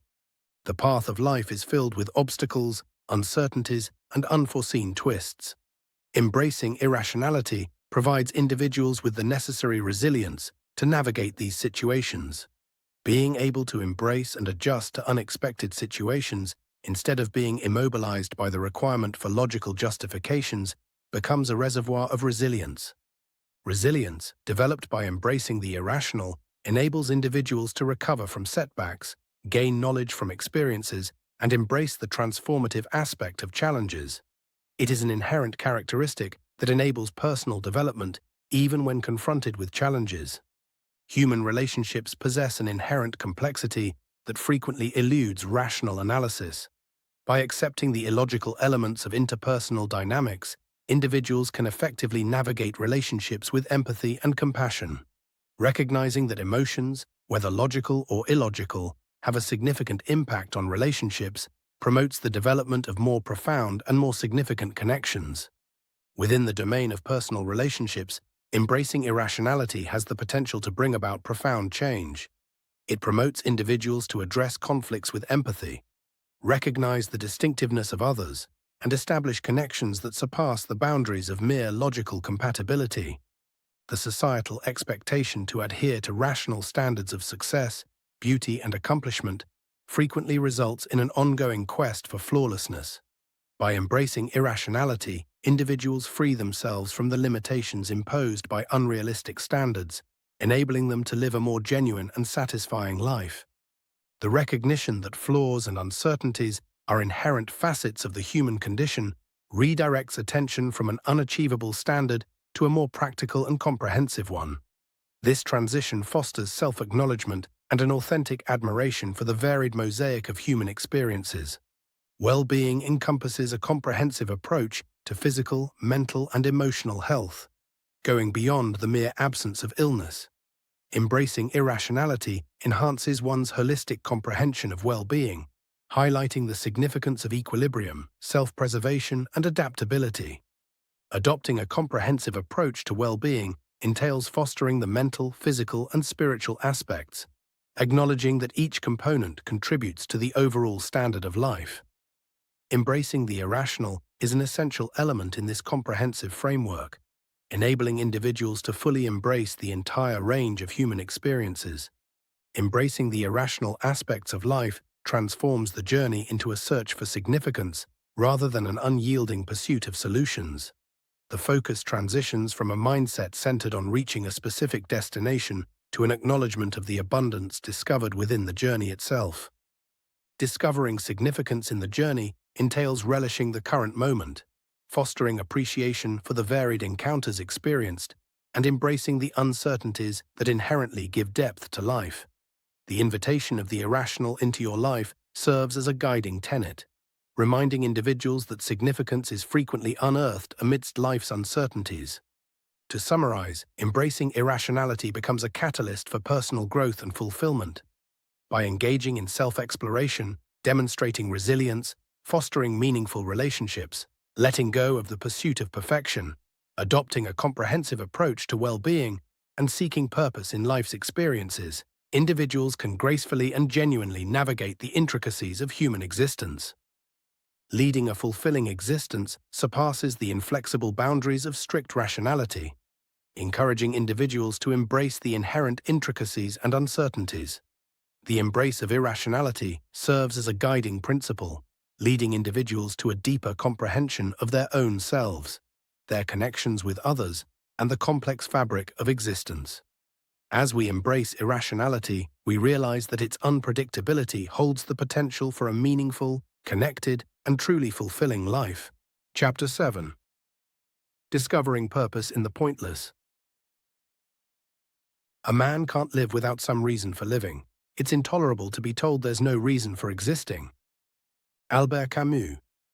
Within the vast scope of human existence, individuals frequently encounter situations where the search for significance appears to be a difficult illusion, and purpose seems to fade away into a seemingly meaningless void. This chapter delves into a detailed examination of finding purpose in the midst of apparent meaninglessness. We explore existential philosophy, psychology, and narratives of resilience to understand how individuals can navigate prolonged periods of existential ambiguity and, despite challenges, develop a deep sense of purpose. The existentialist philosophy, eloquently expounded by renowned figures like Albert Camus and Jean-Paul Sartre, confronts the deep sense of absurdity that is inherent in human existence. The absurd arises when individuals, driven by an inherent longing for logical significance, confront a universe that occasionally appears apathetic or even antagonistic towards such endeavors. The acknowledgement of life's absurdity transforms from a mere philosophical perspective into a fundamental assumption for understanding the complex difficulties of discovering meaning in seemingly purposeless situations. Existential ambiguity serves as a platform for evaluating the human spirit, compelling individuals to confront the boundaries of conventional frameworks that typically provide guidance in their quest for meaning. Recognizing the inherent senselessness of life, instead of causing a sense of hopelessness, prompts a desire for profound introspection and the establishment of individual significance. Existential ambiguity is a complex condition in which individuals struggle with the lack of distinct meaning or purpose. During these instances, traditional systems that usually offer direction fail, leaving individuals stranded in a state of ambiguity. Existential thinkers contend that facing this inherent uncertainty is not a futile endeavor, but rather a priceless chance for deep introspection and the development of individual significance in the presence of seeming purposelessness. As people navigate through this complex and uncertain situation, they are encouraged to contemplate their own existence, the principles they cherish, and the growing network of relationships that shape their lives. The investigation of existential ambiguity becomes a profound voyage that surpasses the mere pursuit of external significance, prompting individuals to utilize internal capabilities and generate purpose from within. Resilience, which refers to the ability to recover from difficulties, is crucial in finding meaning in situations that may appear meaningless. Individuals who demonstrate resilience in the face of existential challenges possess an exceptional capacity to adjust, acquire knowledge, and derive profound significance from their encounters. The development of psychological resilience through such experiences becomes a crucial characteristic, allowing individuals to navigate the inherent uncertainties in the pursuit of meaning. To embark on the path of purposefulness, one must possess a strong ability to persevere through obstacles, gain knowledge from mistakes, and stay resolute when confronted with uncertainty about the meaning of life. Resilience is a dynamic attribute that enables personal development even in extremely challenging circumstances. It serves as the basis for individuals to create a purposeful story from the seemingly disordered and purposeless aspects of their existence. Examining personal narratives is a crucial method for comprehending how individuals have discovered meaning in the midst of existential difficulties. Case studies and autobiographical accounts provide a diverse range of experiences, offering valuable insights into how individuals can find deep significance in seemingly meaningless situations. These narratives act as guiding lights, leading others through the intricacies of their own existential quests. Through analyzing the narratives of individuals who have navigated through the realm of futility and emerged with a clear sense of direction, people can acquire motivation, tactics, and a guide for their own pursuits of significance. Personal narratives serve as more than just anecdotal evidence. They act as a repository of collective wisdom, demonstrating that purpose can indeed be found in situations that may initially appear devoid of meaning. Psychological studies on the quest for happiness and well-being highlight the significance of intrinsic meaning, which refers to a sense of purpose that comes from within oneself rather than being imposed by external factors. Uncovering inherent significance entails a deep synchronization of individual principles, interests, and abilities with one's behaviors and decisions in life. Engaging in introspection serves as a reliable tool for finding direction in a world lacking purpose, providing individuals with a trustworthy guide amidst the chaotic uncertainty of existence. Discovering inherent significance necessitates a purposeful and self-reflective analysis of one's convictions, longings, and ambitions. It involves developing self-awareness, which allows individuals to identify the aspects that align with their true selves. The inherent significance of something serves as a stabilizing influence, providing individuals with a sense of purpose that goes beyond the temporary and external changes in life. The creative process serves as a potent catalyst for uncovering purpose in the midst of apparent meaninglessness. Participating in creative endeavors, be it in the realms of art, science, or business, enables individuals to surpass the constraints of traditional thought. The act of creation not only provides inherent meaning, but also serves as a means to find purpose when predetermined significance is lacking. Creativity cultivates a broad and flexible mindset, enabling individuals to perceive their existence with a perspective of potential rather than limitation. The inherent ability to innovate in creative pursuits serves as a guiding light for discovering purpose, providing new opportunities to create meaning in the face of existential difficulties. Creativity, whether expressed through art, science, or entrepreneurship, becomes a powerful force in the pursuit of purpose. Existential courage, as promoted by existentialist philosophers, entails accepting the duty to generate significance in the presence of life's intrinsic lack of meaning. Living authentically, marked by introspection and a dedication to one's principles, becomes a fundamental aspect in finding meaning amidst the seemingly purposeless. This existential bravery compels individuals to directly face the emptiness and actively mold their futures. True authenticity necessitates a profound self-honesty, surpassing societal norms and external influences. It requires the bravery to challenge, to select, and to create significance in accordance with one's principles and convictions. Existential courage emerges as the primary motivator for purposeful living amidst the uncertainty of existence, compelling individuals to transcend the ordinary and actively confront the profound inquiries of being. The involvement and relationships within a community are crucial in the process of finding one's purpose. Participating in significant interpersonal connections and making valuable contributions to a broader social framework establishes a structure for living with intention and purpose. The communal aspect of purpose discovery underscores the interdependent nature of human existence, surpassing individual pursuits for significance. Amidst a network of human relationships, we find chances for mutual understanding and cooperative objectives. The interaction between our individual pursuits for meaning and the collective environment becomes a dynamic and influential power, enhancing the overall tapestry of life. The communal nature of purpose discovery serves as a reminder that meaning, even in the presence of futility, is frequently found and cultivated within the framework of collective human encounters. Existential despair, characterized by a deep feeling of hopelessness resulting from the belief that life lacks meaning, necessitates the use of adaptive coping mechanisms. Engaging in therapeutic methods such as existential psychotherapy, mindfulness, and acceptance equips individuals with strategies to manage the emotional difficulties that arise when seeking meaning in seemingly futile situations. Strategies for dealing with existential despair encompass a comprehensive approach that tackles the emotional, cognitive, and behavioral aspects of the human experience.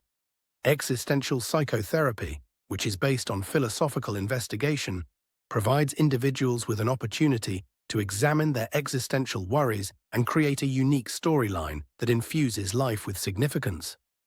Mindfulness practices, which focus on being fully aware of the present moment, can be a valuable tool for coping with the intense emotional distress that comes with existential despair.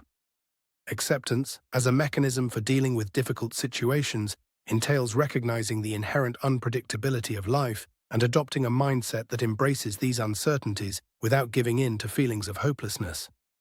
Existential psychotherapy, based on the principles of existential philosophers, serves as a guiding principle for individuals navigating the complex depths of existential despair. Through engaging in reflective discourse and self-examination, individuals have the ability to confront their most profound fears and concerns, thereby gradually converting existential hopelessness into a chance for self-realization and personal development.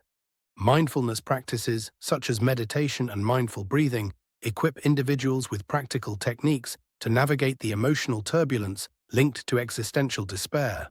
Through the practice of maintaining a state of open-mindedness and acceptance towards their thoughts and emotions, individuals can enhance their ability to remain calm and composed when confronted with the unpredictable aspects of life.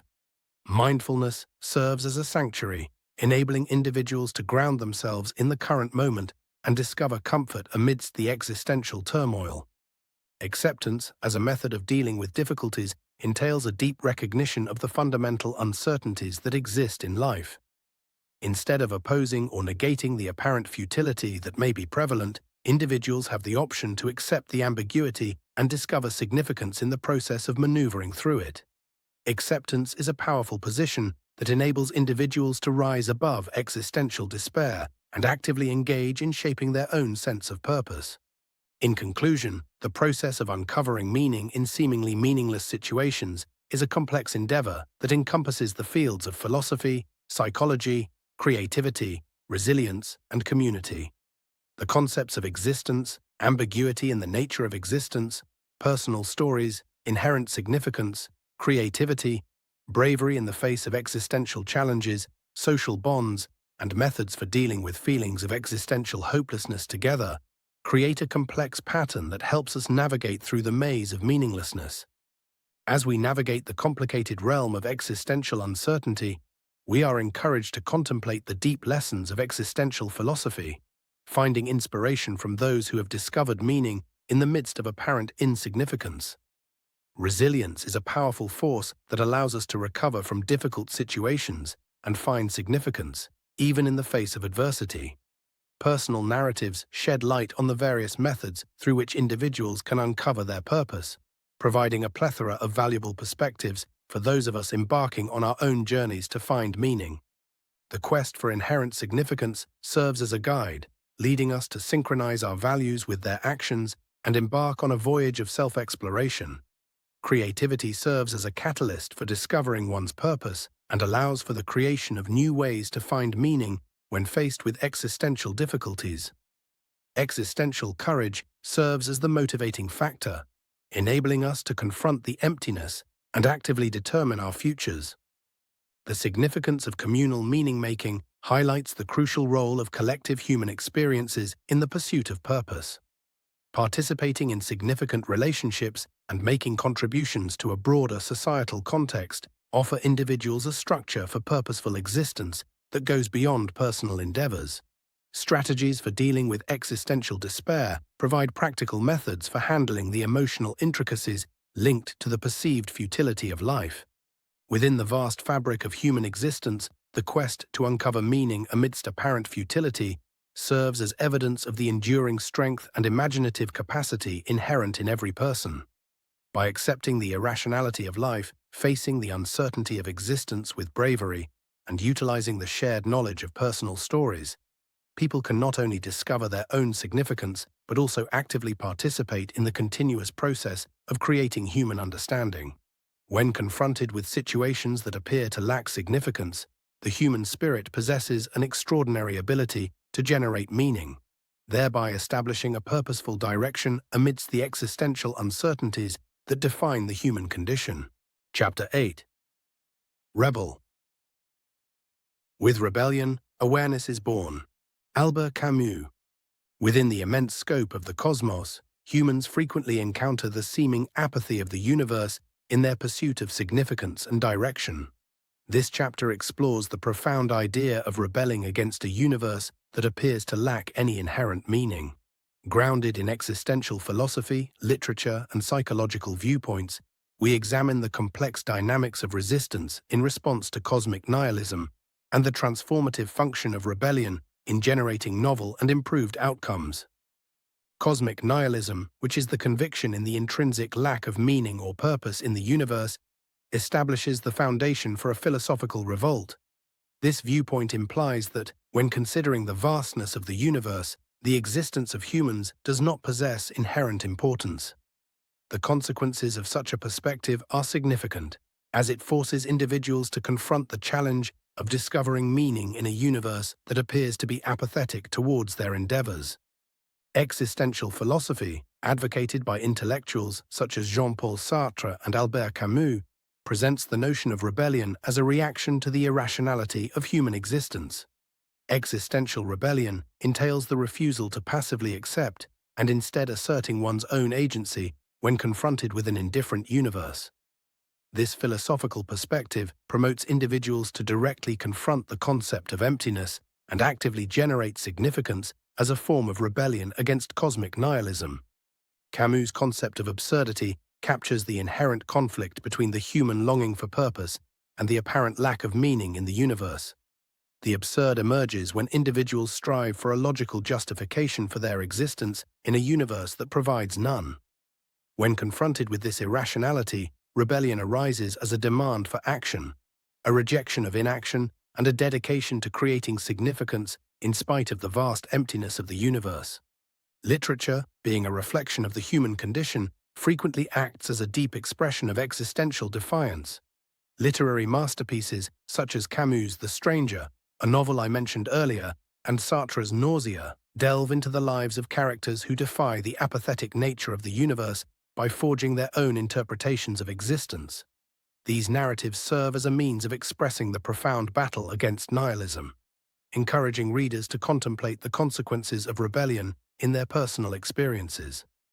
Psychological analyses of resistance against cosmic nihilism explore the complexities of human awareness.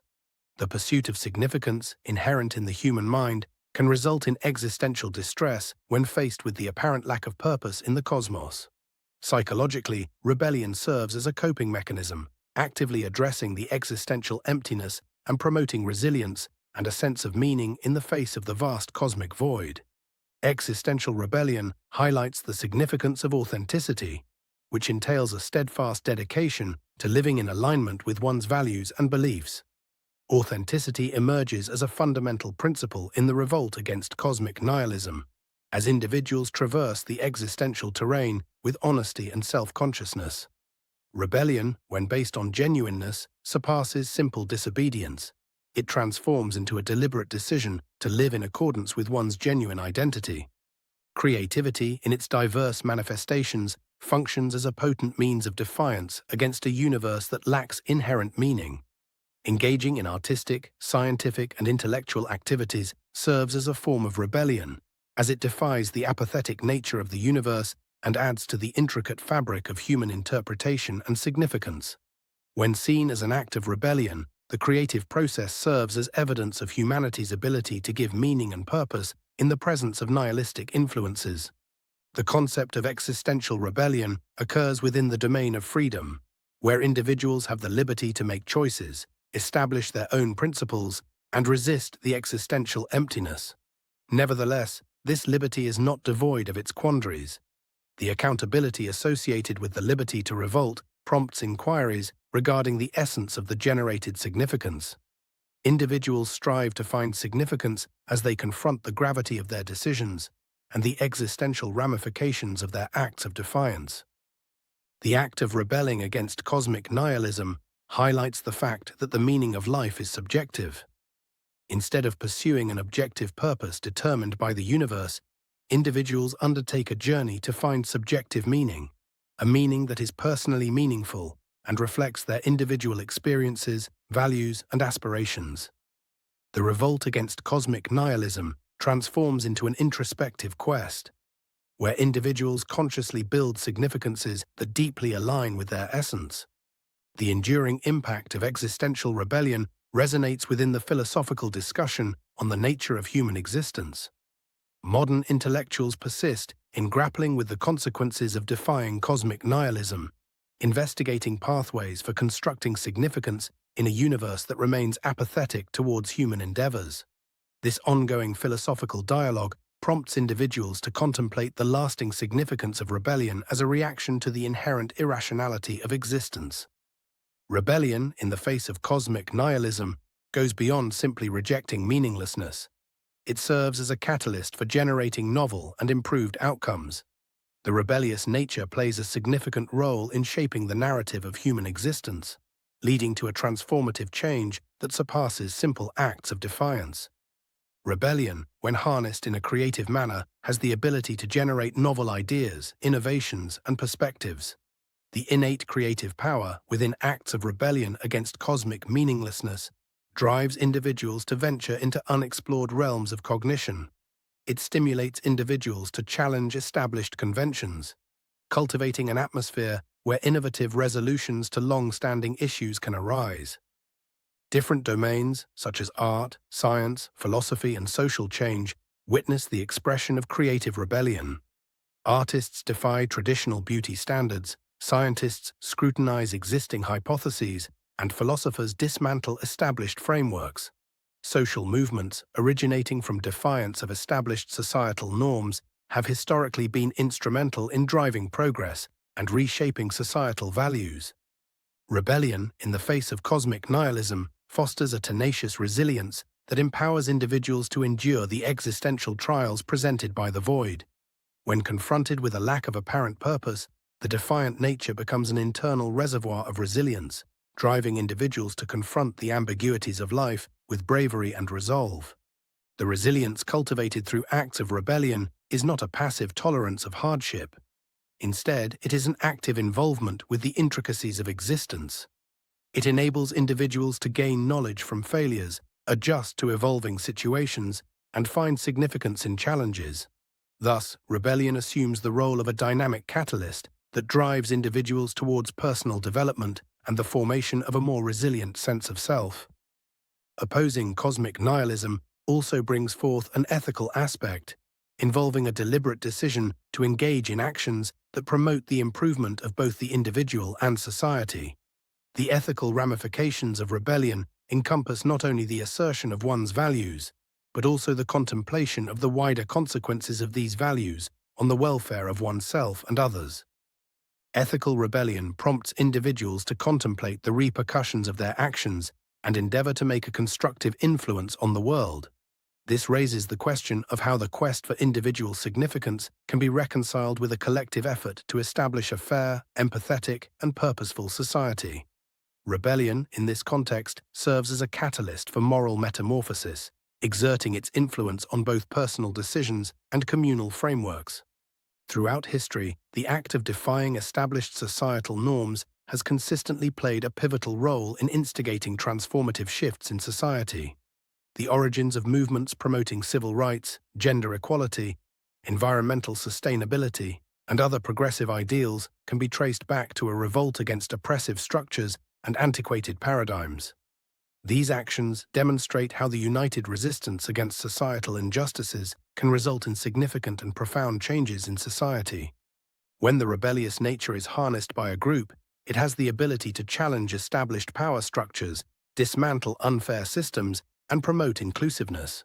Societal uprisings spark discussions on fairness and righteousness, motivating people to challenge existing conventions and imagine a community that embodies a more empathetic and equal ideology. At an individual level, resisting the belief that life has no meaning leads to a reinterpretation of one's personal stories. Defiance, as an action, serves as a crucial turning point in an individual's life narrative, signifying a shift from passive acquiescence to active involvement in the pursuit of significance. The narrative trajectory transitions from a worldview that is determined by cosmic apathy to a narrative that is influenced by individual volition and intentional behavior. Redefining personal narratives entails engaging in introspection, self-discovery, and a deliberate evaluation of one's values and aspirations. Individuals, in their defiance of cosmic meaninglessness, assume the role of creators of their own narratives, crafting a rich fabric of significance that deeply aligns with their essence. The transformative nature of rebellion enhances a deep feeling of self-empowerment and control over one's personal life story.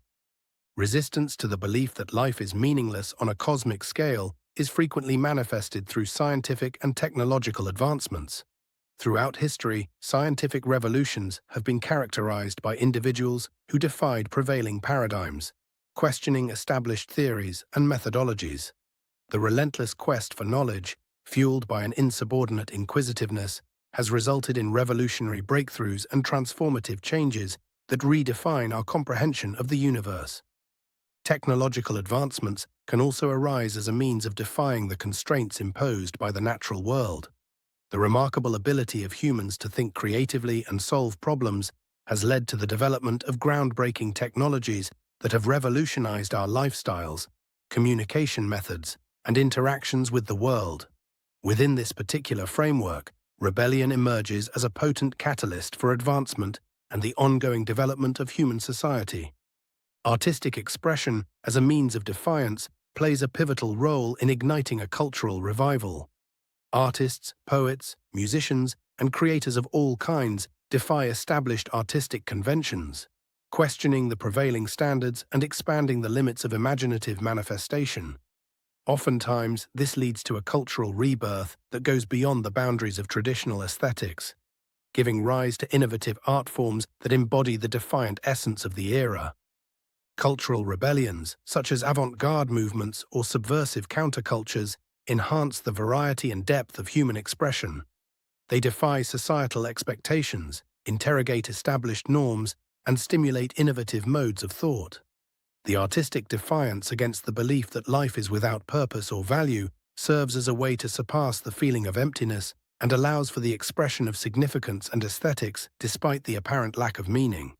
The realm of education provides a fertile environment for resisting cosmic nihilism. The pursuit of knowledge, motivated by a longing to comprehend the complexities of existence, can be regarded as a defiance against ignorance and the lack of intellectual progress. The pursuit of education, characterized by the exploration of various fields and viewpoints, serves as a personal defiance against the constraints of ignorance. Novel pedagogical methods that foster critical thinking, ingenuity, and a comprehensive comprehension of the world serve as means for defiance. By rethinking educational frameworks and prioritizing the development of curiosity and a sense of purpose, individuals are empowered to challenge a fixed perception of their intellectual capacity. Education, in this context, serves as a catalyst for personal growth by providing individuals with the necessary skills to effectively navigate the intricacies of life. While isolated instances of defiance contribute to individual development and narrative transformations, it is the combined effect of these individual acts of rebellion that determines the course of societies and civilizations. The cumulative impact of numerous acts of rebellion against cosmic nihilism generates a cultural mindset that esteems endurance, ingenuity, moral accountability, and a dedication to societal advancement. The cumulative influence is apparent in movements that aim to tackle systemic problems, advance justice, and champion constructive societal transformation. The interrelation of individual acts of rebellion weaves together a fabric of common beliefs, resulting in the formation of communities that embody the ideals of empowerment, inclusivity, and a collective sense of mission.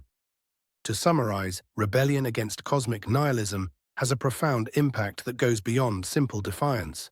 It becomes a powerful force that shapes personal stories, drives societal advancement, and encourages innovation in different fields.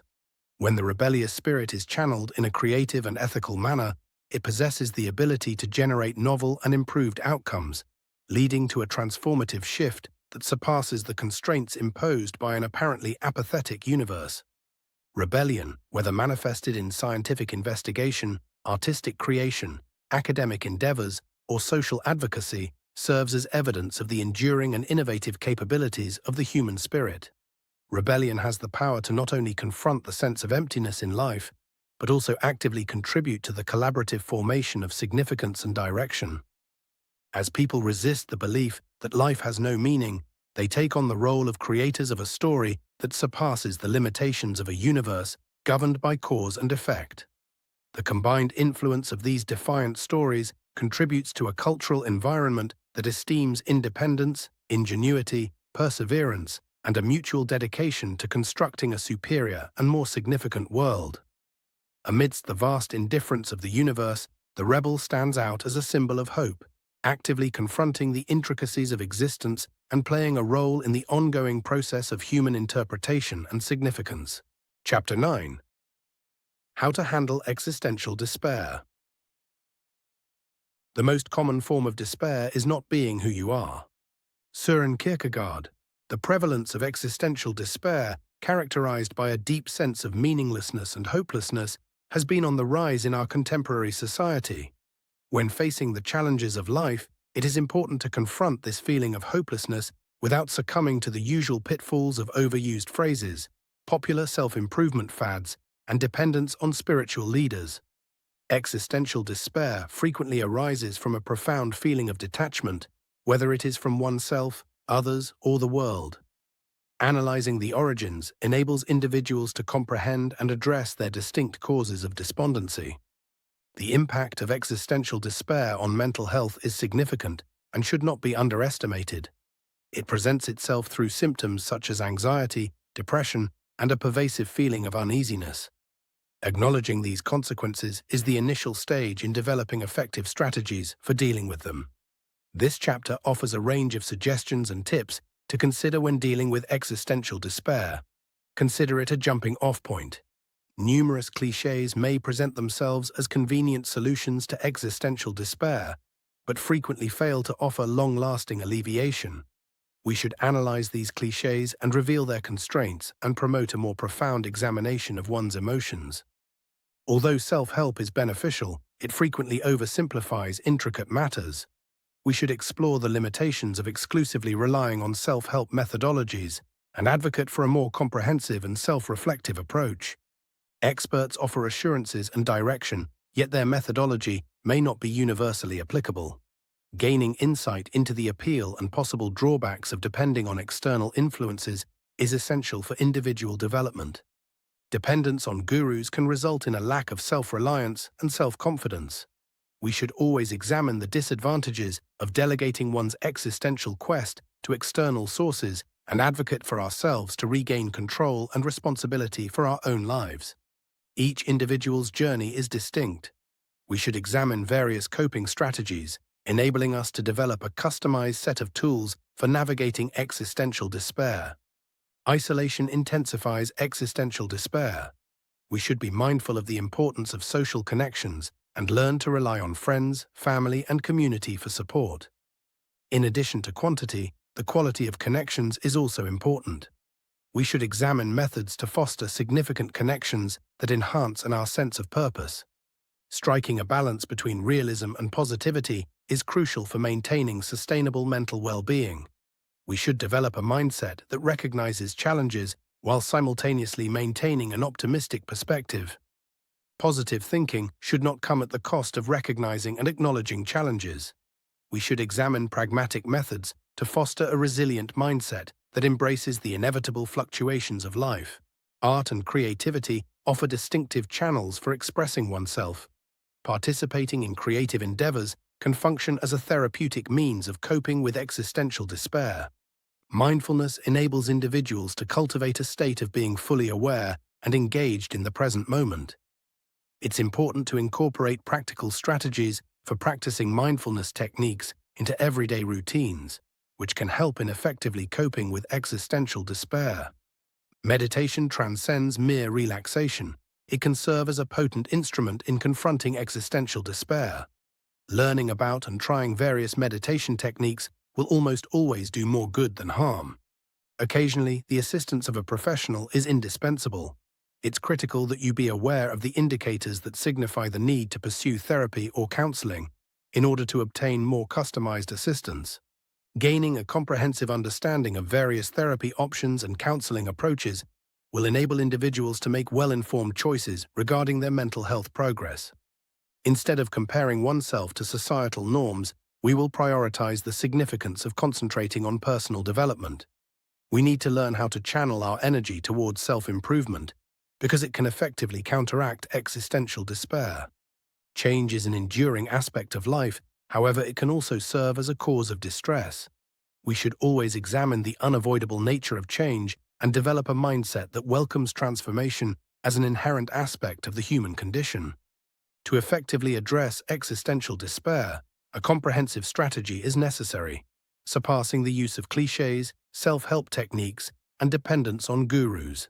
Through comprehending the origins of despair, adopting individual coping strategies, establishing meaningful connections with others, and actively exploring philosophy and creativity, individuals can effectively navigate existential difficulties with fortitude and a sense of direction. It is important to bear in mind that the process of conquering existential despair is distinct for every individual. The task at hand involves achieving equilibrium by recognizing the challenges of existence while nurturing a mentality that promotes personal development and significance. Chapter 10. Laugh in the face of nothingness. He who laughs at himself never runs out of things to laugh at. Epictetus. This chapter looks at the deep connection between laughing and the mind, focusing on how comedy can be used as therapy to fight the appeal of passive nihilism. There is a big problem with mental health in modern society: passive nihilism. I've tried to make that clear for 9 chapters now, but in case I didn't, there it is again. I'd like to talk about how laughing can help you deal with the feeling that life is empty. I'll also make the case that laughter builds resilience and protects you mentally and emotionally from the allure of passive nihilism. Because passive nihilism is so common in modern culture, we need to take a close look at ways to lessen its negative effects on mental health.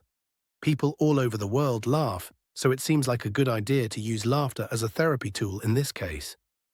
As a psychological condition, passive nihilism is marked by a deep-seated sense of meaninglessness and an unwilling acceptance of the pointlessness of life. Lack of motivation, indifference, and a diminished sense of purpose are what set it apart. It is important to fully understand the complicated nature of passive nihilism in order to come up with effective ways to lessen its effects on mental health. Passive nihilism is becoming more popular because of changes in society and the economy, fast technological progress, and the breakdown of traditional value systems. There is a climate that is good for existential crises to happen because people are always trying to get rich and social bonds are breaking down. Neuroscientific studies have shown that laughing makes the brain release endorphins and dopamine, which are neurotransmitters that make you feel good. Understanding how laughter works in the brain is important for realizing that it can help people who are dealing with passive nihilism. Laughter functions as a coping tool, enabling us to reframe challenges and adversity in a more optimistic way. Moreover, the communal aspect of laughter promotes interpersonal bonds, creating a network of assistance that strengthens one's ability to cope with existential difficulties. Comedy and laughter are surprisingly important in philosophical traditions. Philosophers like Aristotle and Kierkegaard have thought about the link between comedy, making sense of things, and existential questions throughout history. The way Kierkegaard thought about laughter was by dividing it into 2 groups: the demonic and the comic. In Either-or, Kierkegaard talks about the idea of demonic laughter as a mean way to have fun that involves rejecting and making fun of other people. As Kierkegaard says, this kind of laughter shows a shallow and morally questionable interest in the world. A person who laughs in a way that puts themselves between real human connection and empathy is showing that they are distant. Alternatively, Kierkegaard sees the idea of the comic as a more moral and elevated form of entertainment. Kierkegaard said that the funny comes out when people realize how limited and pointless life is. Unlike demonic laughter, which tries to boost one's own status by putting others down, Comic laughter recognizes the common human experience and shows how we all understand life's ironies and paradoxes. The next time you are listening to a comic, think about which type of comedy he has embraced for his routine. This study of laughter by Kierkegaard is linked to his main philosophical work, which is his criticism of the aesthetic and ethical views on life. The evil laughter is like the aesthetic point of view, which is characterized by a selfish desire for fun and a lack of moral obligations. In contrast, the laughter in comics is very much in line with an ethical view of life, since it shows that people are aware of their duties to others and the moral necessity of living together and depending on each other. In addition, Kierkegaard's ideas about laughter shed light on how he understood irony. According to Kierkegaard, irony and the funny go hand in hand and offer a deeper way of interacting with life than simple opposites. As a way to keep oneself aware, irony helps people get through the complicated parts of life without giving up on hope, which can happen when you only think about beauty or pleasure. Kierkegaard's view on laughter makes us think about the moral aspects of comedy and how it can help us build real relationships with other people. By making a distinction between the demonic and the comic, Kierkegaard gets people to think about what they're laughing at and how it affects their relationships with others. By doing this, he encourages people to think more deeply about the moral duties that come with being able to enjoy life.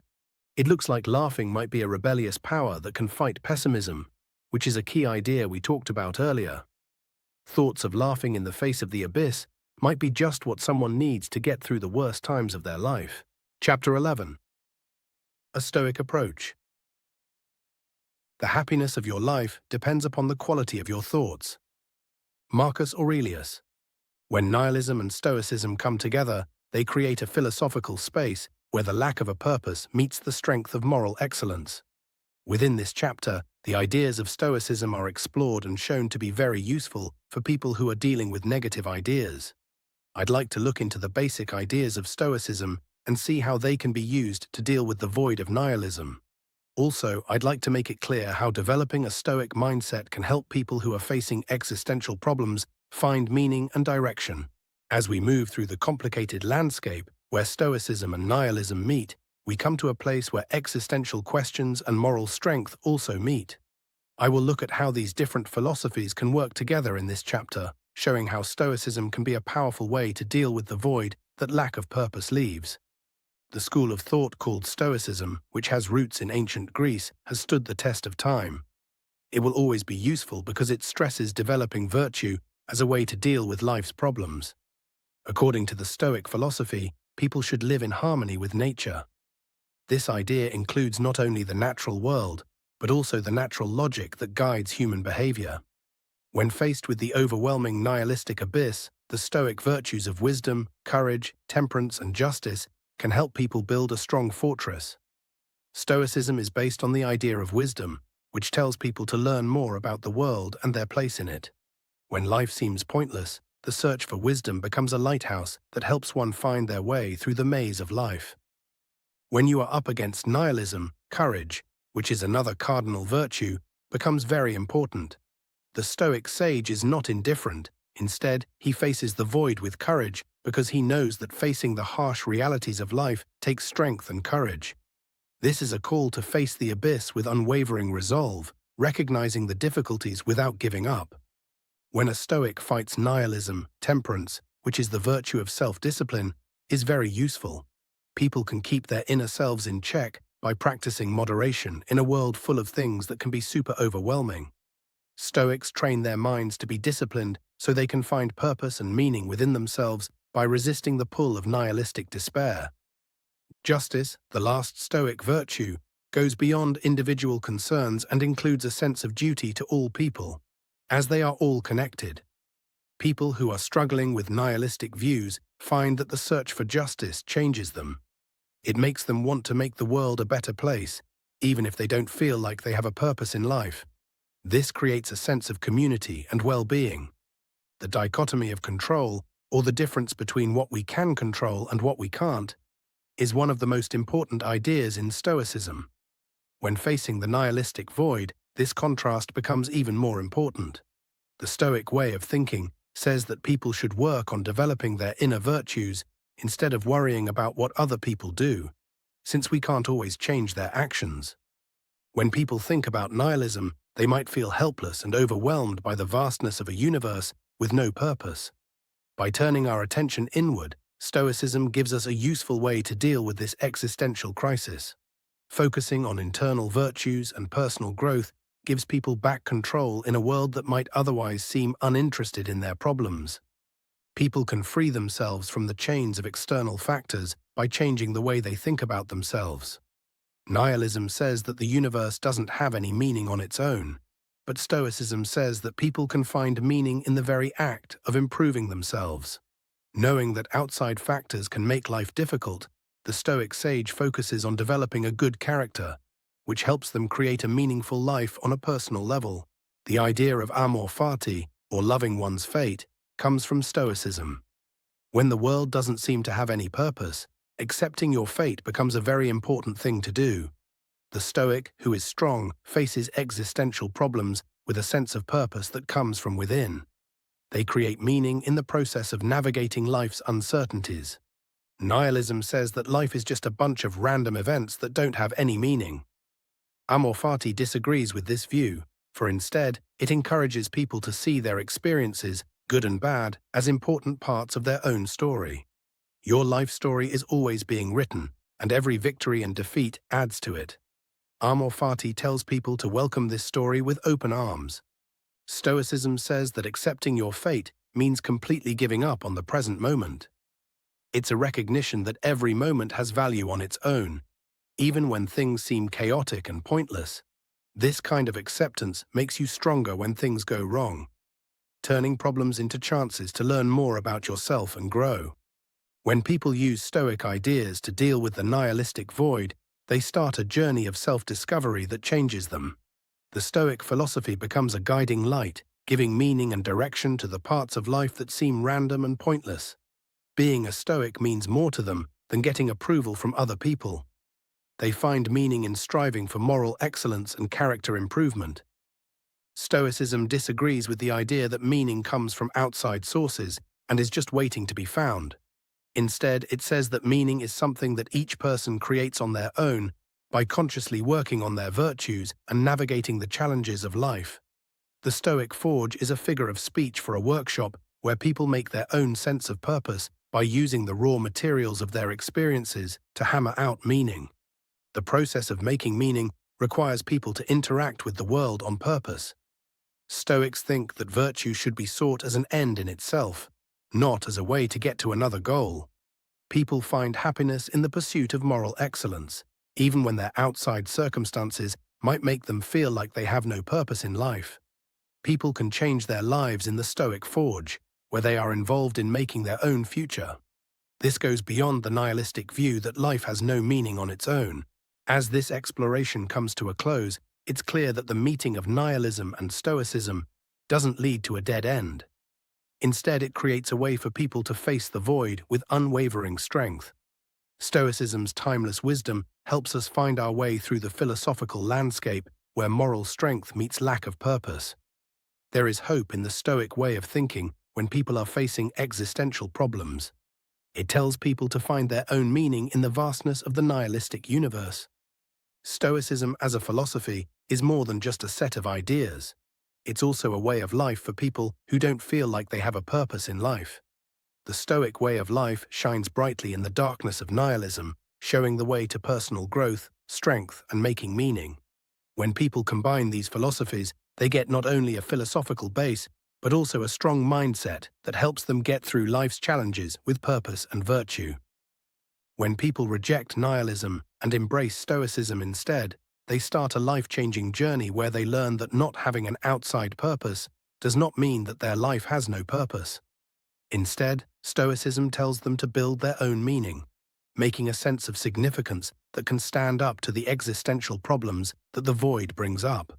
The Stoic beacon keeps shining, calling people to embrace the virtues, find their way through the duality of control, and find meaning in their own life's fire. Chapter 12. Hygge. Happiness consists more in small conveniences or pleasures that occur every day than in great pieces of good fortune that happen but seldom to a man in the course of his life. Benjamin Franklin. Our world is full of existential doubts and feelings of nihilistic detachment. However, the Danish concept of hygge offers a compelling way to help us deal with the difficulties of modern life. Hygge, which means a feeling of warm comfort and happiness in general, has become famous around the world for its ability to counteract the emptiness that nihilistic views cause. This chapter looks at where hygge came from and what it means at its core. It also looks at how its principles can help people find meaning, connection, and direction in a world where existential nihilism is common. Hygge, pronounced hygge, is a Danish term that goes beyond a basic dictionary definition.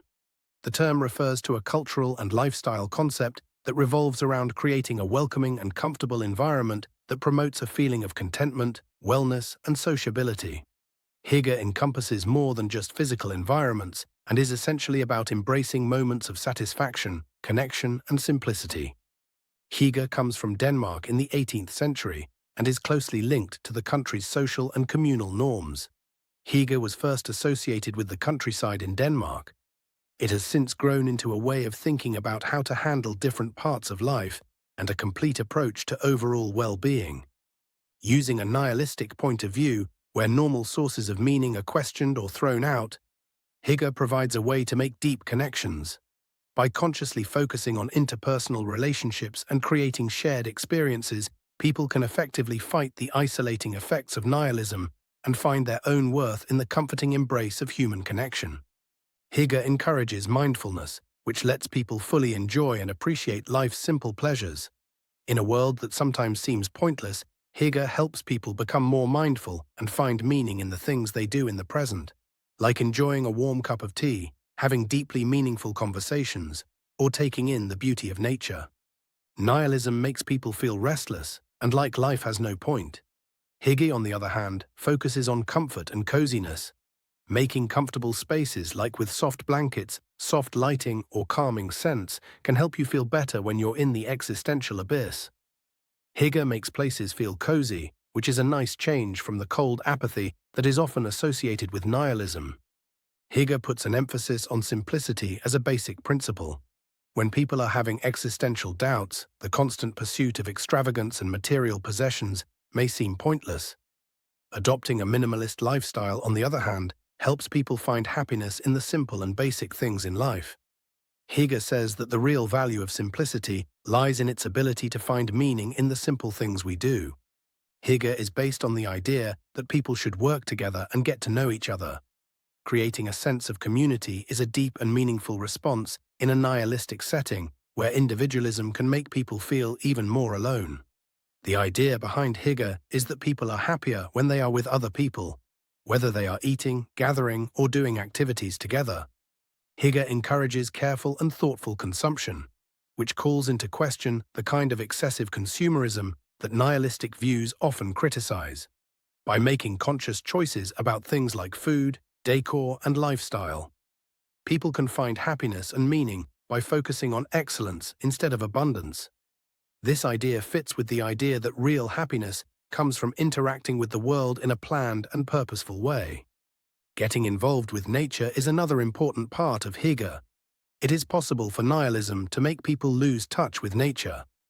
Hygge encourages people to find comfort and motivation in nature. Nature can help you feel better and bring people together, whether you're taking a walk in the park, hiking in the mountains, or just noticing how the seasons change. A central part of hygge is the ritual of candlelight. The soft light that candles give off creates an atmosphere of coziness and closeness that goes beyond physical comfort to bring about emotional and spiritual peace. By lighting candles, you can symbolically fight the darkness of your own life and make a space feel cozy. One important part of hygge is eating with other people. Whether it's a meal with family, a get-together with friends, or a moment to indulge in delicious food by yourself, enjoying it becomes a joyful celebration of life's little pleasures. The idea of hygge encourages people to enjoy tastes, appreciate the skill of cooking, and find happiness in eating with others. The practice of making reading spaces that are comfortable and getting lost in books is a form of hygge that goes along with the search for meaning and purpose. Literature gives people the chance to look at a lot of different points of view, do in-depth philosophical research, and find comfort in stories that really connect with their own existential thoughts. The act of reading turns into a hygge ritual that can be used as both a way to escape reality and acquire new knowledge. The addition of hygge to daily activities turns simple tasks into important rituals. The Danish concept of hygge tells people to plan their days and make time for moments of comfort and well-being, like taking a relaxing bath in the evening or enjoying a cup of coffee in the morning. Hygge encourages accepting flaws, which is important for fighting the need to be perfect, which can be made worse by nihilistic worries. The atmosphere in hygge spaces is warm and welcoming, accepting of flaws and valuing the real essence of the present moment. In the midst of life's uncertainties, this atmosphere helps you feel kind to yourself. As a way to fight the feeling of emptiness in life, hygge encourages people to become more grateful and mindful. People can shift their focus from what they might be missing to what they already have by noticing and appreciating the simple pleasures in life. When you're having existential doubts, expressing gratitude can be a powerful way to keep a positive attitude and keep your sense of satisfaction alive. Hygge is a way to relax in a world where people are too focused on themselves. The communal parts of hygge can help people who are struggling with the existential philosophy of nihilism, which is often linked with feelings of being alone and detached. Focusing on shared experiences, mutual pleasure, and how people in a community depend on each other is the opposite of nihilism's tendency to make people feel alone. Even though the Danish culture is where hygge comes from, its ideas are not limited to that place. Because people's lives are so different, hygge practices can be used in a wide range of cultural settings. While people all over the world struggle with the problems that nihilistic views cause, the principles of hygge offer a way for everyone to find meaning, comfort, and community. With hygge becoming more popular, there is a chance that it will be used for commercial purposes. Hygge may lose some of its authenticity as lifestyle trends and goods, with hygge themes become popular. It may become a marketable item instead of a real cultural and philosophical tradition. Because hygge is becoming more popular, some people worry that adopting it just to be trendy might not be as good for your health as it really is. As some critics say, the ideas behind hygge might unintentionally hide or avoid the harsh realities of nihilism, even though they claim to bring comfort and bring people together. People may be accused of escaping the problems that come with a life that doesn't have any meaning by creating comfortable environments and focusing on enjoyable interactions. There are people who say that hygge's traditions and customs can still be based on individualism, even though the concept values community and unity. Even if close and comfortable spaces are created and personal well-being is emphasized, the structural problems that lead to nihilistic views might not be completely fixed. Some people say that we need to look at the causes of nihilism from a bigger, more socio-political perspective in order to deal with them as a group. Hygge is a dynamic philosophy that goes beyond cultural boundaries because it can be used in different situations. While some people are having a hard time with nihilism's complicated ideas, hygge provides a simple and easy-to-understand framework for creating a sense of purpose and community. Putting an emphasis on simplicity, unity, and mindfulness gives people useful ways to deal with the existential problems of modern life. To get the most out of hygge as a response to nihilism, people need to really follow its rules. People who are interested in hygge shouldn't give in to shallow trends. Instead, they should try to build real relationships, learn to appreciate others, and accept their flaws as part of being human. When you approach hygge with sincerity, it turns into a deep philosophy that goes beyond just nice lifestyle choices. As people try to understand nihilism and find meaning in a world that doesn't seem to care, the study of hygge and the ideas that support it leads to more conversation. People can use hygge in a way that makes them stronger, brings people together, and gives them a sense of direction by learning about its cultural roots, rituals, and core beliefs. This is a powerful way to deal with the problems that nihilism causes. In conclusion, the idea of hygge is a deep and interesting philosophical alternative to nihilism. By following the ideas of comfort, connection, and mindfulness, people can build strong defenses against the existential emptiness that nihilistic views cause. Hygge is a complete way to improve your health and happiness, giving you a sense of purpose and happiness even when life is uncertain. Chapter 13. Examine your life. Know thyself. Socrates. Within the realm of philosophical contemplation on human existence, the directive to examine life reverberates throughout history, echoing the sagacity conveyed by the ancient Greek philosopher Socrates. This chapter explores the deep importance of avoiding a passive lifestyle and the necessity of regularly evaluating one's life.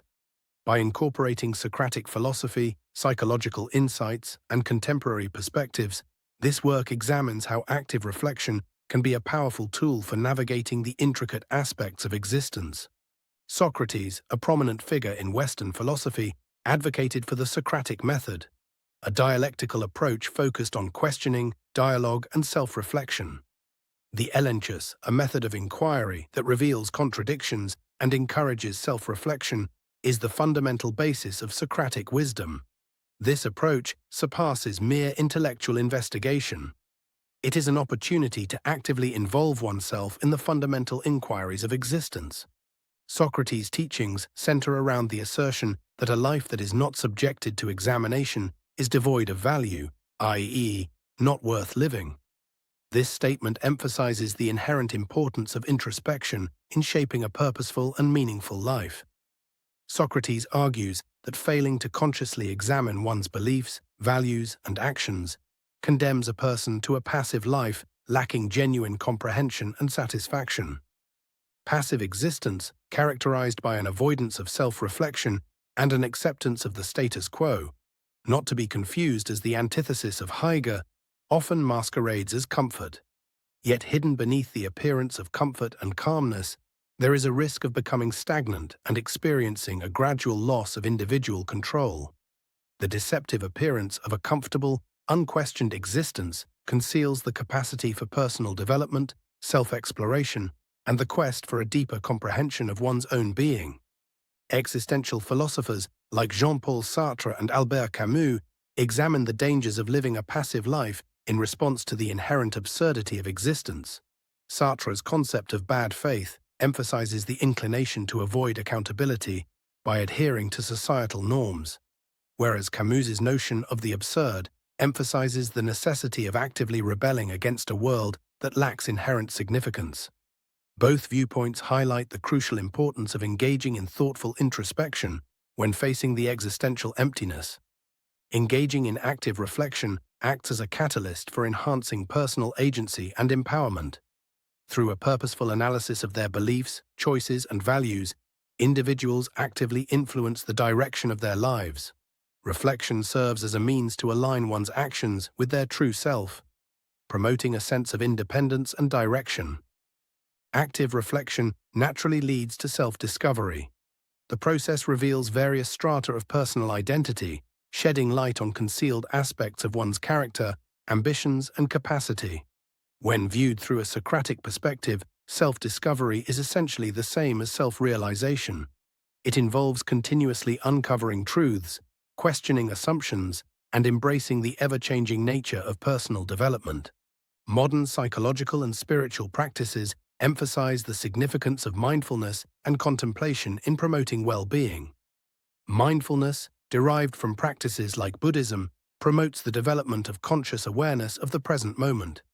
Contemplative practices, such as meditation and reflective journaling, offer opportunities for deliberate introspection and contribute to improved cognitive clarity, emotional adaptability, and a more profound sense of inner self-awareness.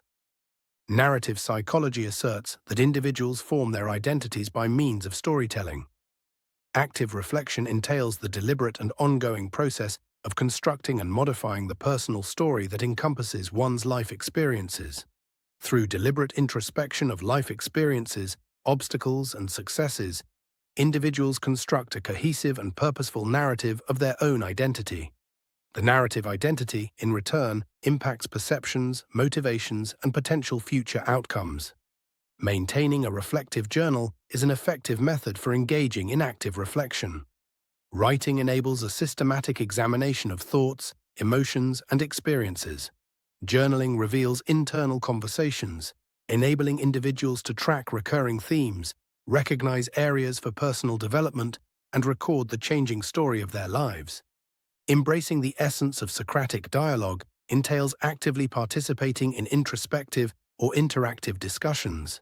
This dialectical discourse stimulates a more profound scrutiny of beliefs and values through the exchange of ideas, perspectives, and questions. Dialogue is a dynamic tool that promotes active reflection, intellectual curiosity, and mutual understanding. Incorporating reflective rituals into one's daily routine cultivates a practice of deliberate introspection. Whether engaged in morning reflections, evening evaluations, or occasional self-examination retreats, these rituals establish specific environments for deep self-reflection.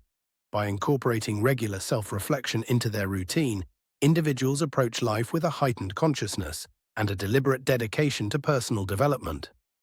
Active reflection encompasses not only personal introspection, but also incorporates external feedback and a range of diverse viewpoints. Obtaining feedback from reliable mentors, friends, or participating in communities of discussion brings in novel perspectives and confronts preconceived notions.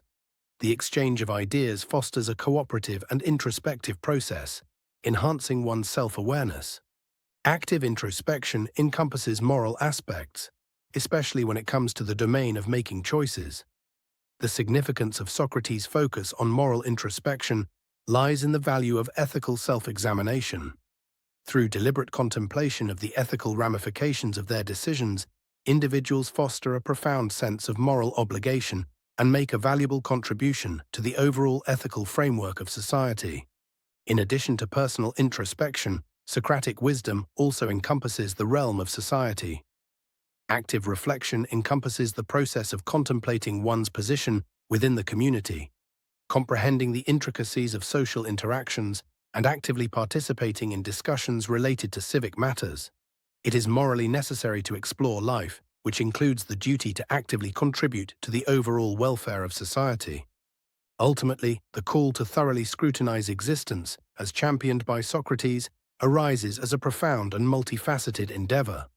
The chapter has examined the importance of avoiding a passive lifestyle and the lasting worth of self-reflection, covering philosophical principles and modern viewpoints. Active reflection transforms into a dynamic conversation that continuously explores the intricacies of existence, promotes personal development, and enhances the moral framework of both the individual and society. As individuals engage in active introspection, they embrace the Socratic principle, recognizing that self-analysis is not a fixed endpoint, but a continuous endeavor. An introspective and resilient life, when thoroughly explored, serves as evidence of humanity's ability to seek wisdom amidst life's intricate challenges. Chapter 14. Choose tea. The sea has neither meaning nor pity. Anton Chekhov. Anton Chekhov, a renowned author proficient in crafting concise narratives and astutely perceiving the intricacies of human nature, encapsulated the multifaceted nature of life with a single poignant statement. What a fine weather today. Can't choose whether to drink tea or to hang myself. This seemingly contradictory phrase captures the dual nature of human existence, the simultaneous acknowledgement of the splendor of life and the underlying presence of existential anguish. This chapter examines the various aspects of Chekhov's quote, investigating its significance in comprehending the complex interaction between ordinary and profound elements, as well as the contrasting emotions of joy and melancholy within the fabric of human life. Anton Chekhov, a prominent Russian dramatist and author of short stories, is widely recognized for his profound examination of existential themes. His works frequently explore the complexities of human relationships, the vulnerability of life, and the elusive essence of happiness. The quote in question encapsulates Chekhov's nuanced viewpoint, which simultaneously acknowledges the joys of life while recognizing the pervasive undercurrent of existential inquiry. Chekhov's reflection on weather, tea, and the possibility of self-inflicted harm reverberates throughout the wider Russian literary tradition, characterized by a tendency towards introspection and melancholy.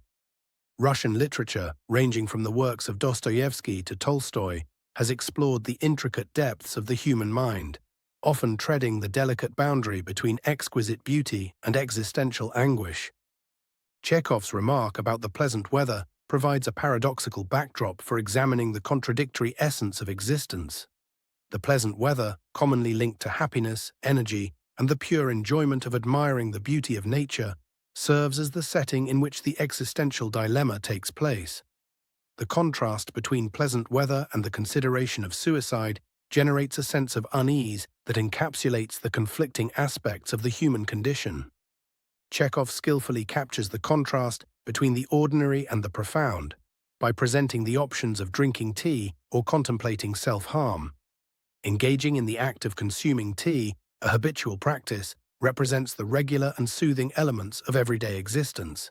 However, reflecting on suicide delves into the profound despair of existence, uncovering the hidden current of deep inquiry that exists alongside the ordinary routines of daily life. Chekhov's quote suggests that existential despair is not depicted as a singular occurrence, but rather as a constant presence intertwined with the essence of life. It extends beyond moments of crisis or personal tragedy and exists alongside the ordinary, the mundane, a presence that even affects pleasant weather and the simple act of enjoying a cup of tea. Chekhov's examination of existential anguish reverberates as a manifestation of the collective human condition. The acknowledgement that despair can permeate even the most ordinary moments highlights the all-encompassing quality of existential questioning. The universality of this invites readers to confront the intricacies of their own emotional landscapes, recognizing the possibility of joy and despair coexisting in the everyday fabric of life. Chekhov's quote portrays the act of drinking tea as a ritualistic and comforting activity, symbolizing the search for solace and normality amidst existential uncertainty. Incorporating tea into the contemplation of despair introduces additional layers of symbolism, as tea frequently symbolizes a break, a moment of reflection, and a communal cultural tradition that promotes bonding and comfort. The juxtaposition of the comforting ritual of tea drinking with the contemplation of self-harm creates a paradox that amplifies the complexity of human emotions. The act of seeking comfort and establishing a routine becomes intertwined with deep existential contemplation, emphasizing the complex interaction between the mundane and the extraordinary in shaping our emotional experiences. Chekhov's quote corresponds to the existentialist themes that became prominent during the 20th century. Existentialism, a philosophical movement, confronts the fundamental absurdity of human existence, which arises from the conflict between the pursuit of meaning and the acknowledgement of life's inherent absence of objective purpose. Chekhov's reflection embodies an existentialist perspective, recognizing the inherent absurdity intertwined in the essence of ordinary existence. Chekhov's quote encourages us to embrace the intricacy of human emotion. This challenges the oversimplified narratives that classify emotional experiences into dichotomous extremes, such as happiness or sadness, joy or despair. The quote's expression of duality exemplifies the complex and sometimes contradictory essence of human emotions, encouraging a more nuanced comprehension of emotional terrains. It serves as a reminder to resist the tendency to oversimplify emotional experiences in a world that often does so. The mind is a very complicated place where different emotions can exist at the same time. By recognizing and accepting the intricate nature of their emotions, we can effectively navigate the diverse and intricate aspects of our emotional experiences without succumbing to overly simplistic explanations. Chekhov's reflection reveals the subtle boundary that distinguishes despair from hope, a boundary that is frequently indistinct in the intricate interplay of human emotions.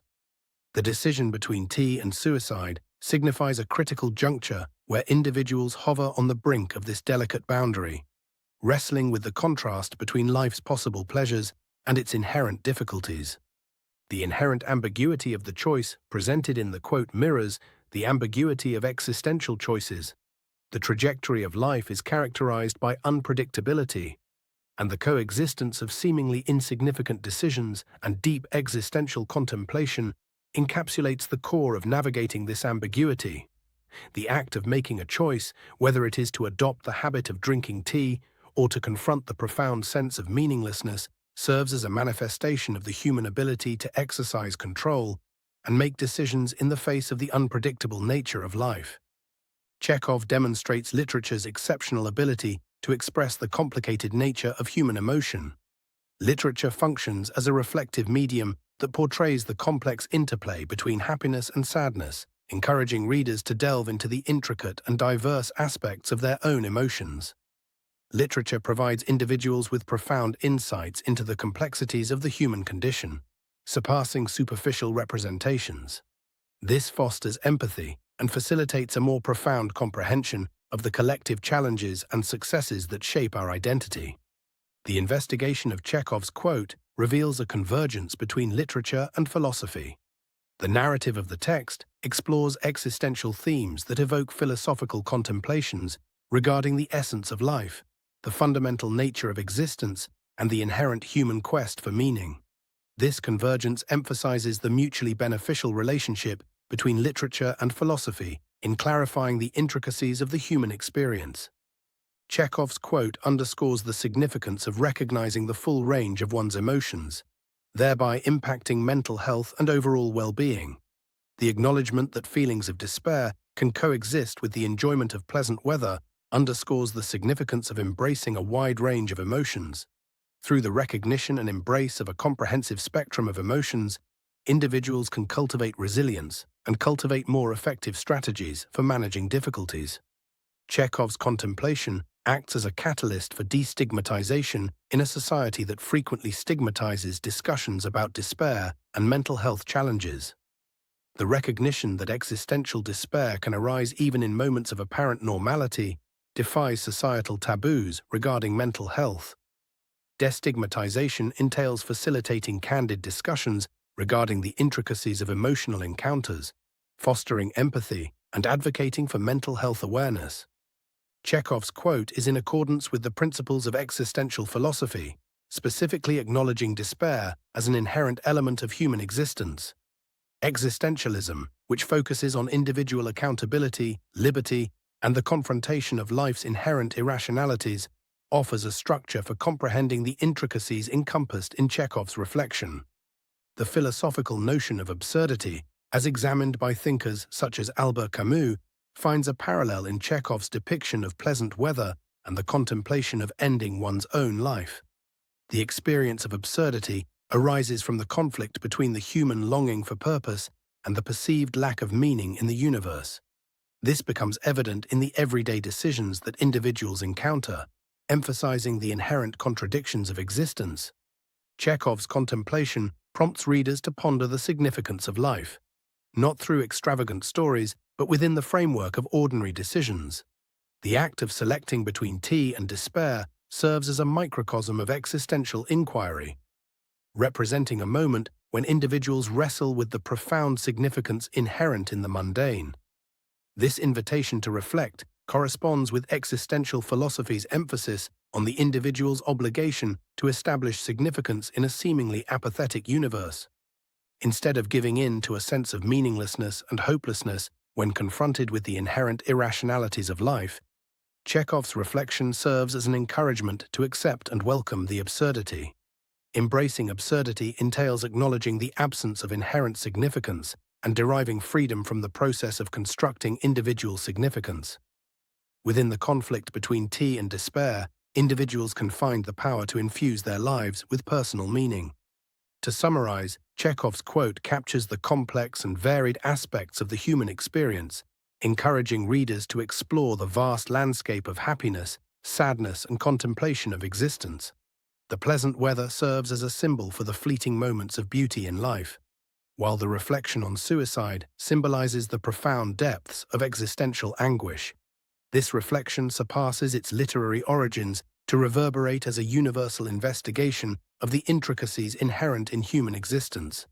Chekhov's contemplation prompts a demand for subtle comprehension, an acknowledgement that the significance of life is not a solitary, unchanging entity, but a fluid and developing concept influenced by personal decisions and introspection. Through engaging in introspective contemplation of the contradictions inherent in existence, individuals can develop a heightened consciousness of their own emotional terrain and actively contribute to fostering a society characterized by compassion and empathy. Chekhov's quote resonates within the realm of existential inquiry, serving as a reminder of the lasting significance of philosophical exploration in confronting life's profound inquiries. Existential philosophy, characterized by its focus on individual accountability, autonomy, and the confrontation of the irrational, offers individuals a structure to navigate the intricacies of existence and create their own trajectories in the search for significance. When considering good weather and deciding between tea and despair, readers are reminded that the process of exploring oneself and finding meaning is inherently contradictory. It is a journey characterized by both great beauty and deep sadness.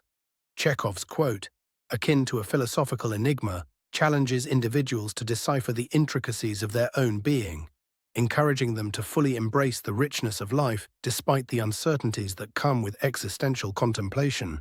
Chapter 15. Choose coffee. The thought of suicide is a great consolation. By means of it, one gets through many a dark night. Friedrich Nietzsche. Within the fabric of human existence, interlaced with strands of happiness and sadness, achievements and challenges, the central motif of embracing life emerges as a steadfast storyline. The intricacies of the human condition compel individuals to navigate a landscape characterized by unpredictability, existential inquiries, and the constantly changing nuances of experience. This chapter examines the concept of choosing life, exploring the philosophical, psychological, and existential aspects that underlie this profound journey. Existentialism is a philosophical framework that centers around individual choice, responsibility, and the creation of meaning when it comes to the question of choosing life. Existential philosophers like Jean-Paul Sartre and Albert Camus argue that the fundamental absence of meaning in life requires individuals to deliberately select their own course of action. The necessity to select existence becomes a reaction to the absence of meaning, a declaration of control in the presence of uncertainties about existence. Albert Camus examines the conflict between humanity's longing for purpose and the apparent lack of purpose in the universe in his investigation of the absurd. Opting for existence within the context of the absurd becomes an act of defiance, a recognition of the fundamental irrationality of being, and a dedication to constructing individual significance. The intricacies of the human experience, encompassing both moments of joy and sorrow, are embraced within the existential fabric of life. Psychologically, the decision to fully accept and engage with life is closely connected to resilience, which is the ability to recover quickly from difficult situations and to draw strength from facing and overcoming challenges. Resilience, as a psychological concept, emphasizes the inherent capacity of humans to adjust, develop, and prosper in spite of the intricacies of life. Opting for life becomes a declaration of the unconquerable human essence, steadfast in its quest for purpose and welfare. Cognitive and behavioral coping mechanisms are essential factors in the decision-making process regarding one's life. Individuals utilize a range of strategies, such as seeking social support and cultivating positive thought patterns, to effectively navigate the challenges and fluctuations of life. Resilience, which is the capacity to consistently choose life despite the ups and downs of existence, is enhanced by the ability to adapt and employ effective coping strategies. Recognizing the intricacies involved in selecting life requires a direct encounter with despair, which is an inherent element of the human condition. Existential despair, as elucidated by philosophers such as Søren Kierkegaard, assumes a central role in the existential paradox. Opting for life, within this particular framework, entails facing despair not as a pathological condition, but as an inherent aspect of existence. It is an acknowledgement that even in the depths of despair, there exists the possibility for profound personal development. Frankl's logotherapy asserts that the pursuit of meaning is a fundamental driving force in human existence. Opting for life, especially during times of hopelessness, entails actively participating in processes that create meaning. Individuals establish significance that surpasses immediate obstacles by means of relationships, creative endeavors, or existential contemplation, thereby establishing a purposeful basis for the decision to embrace life. Humans are inherently gregarious beings, and the significance of relationships in the decision to embrace life is crucial. Social connections function as stabilizing forces, offering assistance, camaraderie, and a feeling of inclusion. The mutual exchange of actions and emotions, involving both giving and receiving, serves as a driving force for embracing life within the complex web of human interconnectedness. Communities, regardless of whether they are based on family, culture, or society, play a role in the collective process of creating meaning. Shared values, rituals, and narratives provide a structure that helps individuals navigate the intricacies of life. The decision to adopt a positive outlook on life is magnified when considering the collective understanding and interpretation of experiences, which nurtures a sense of direction and enhances the overall strength and adaptability of the community. In closing, the concept of selecting existence amidst the extensive intricacies of the human experience arises as a dynamic and multifaceted procedure. The narrative of choosing life is shaped by the interplay of philosophical foundations, psychological resilience, existential confrontations with despair, and the significance of relationships. Embracing life is a continuous process, characterized by actively asserting one's control, developing the ability to bounce back from challenges, and finding significance in the constantly evolving nature of human existence. The inherent complexities of making the decision to live do not diminish the difficulties.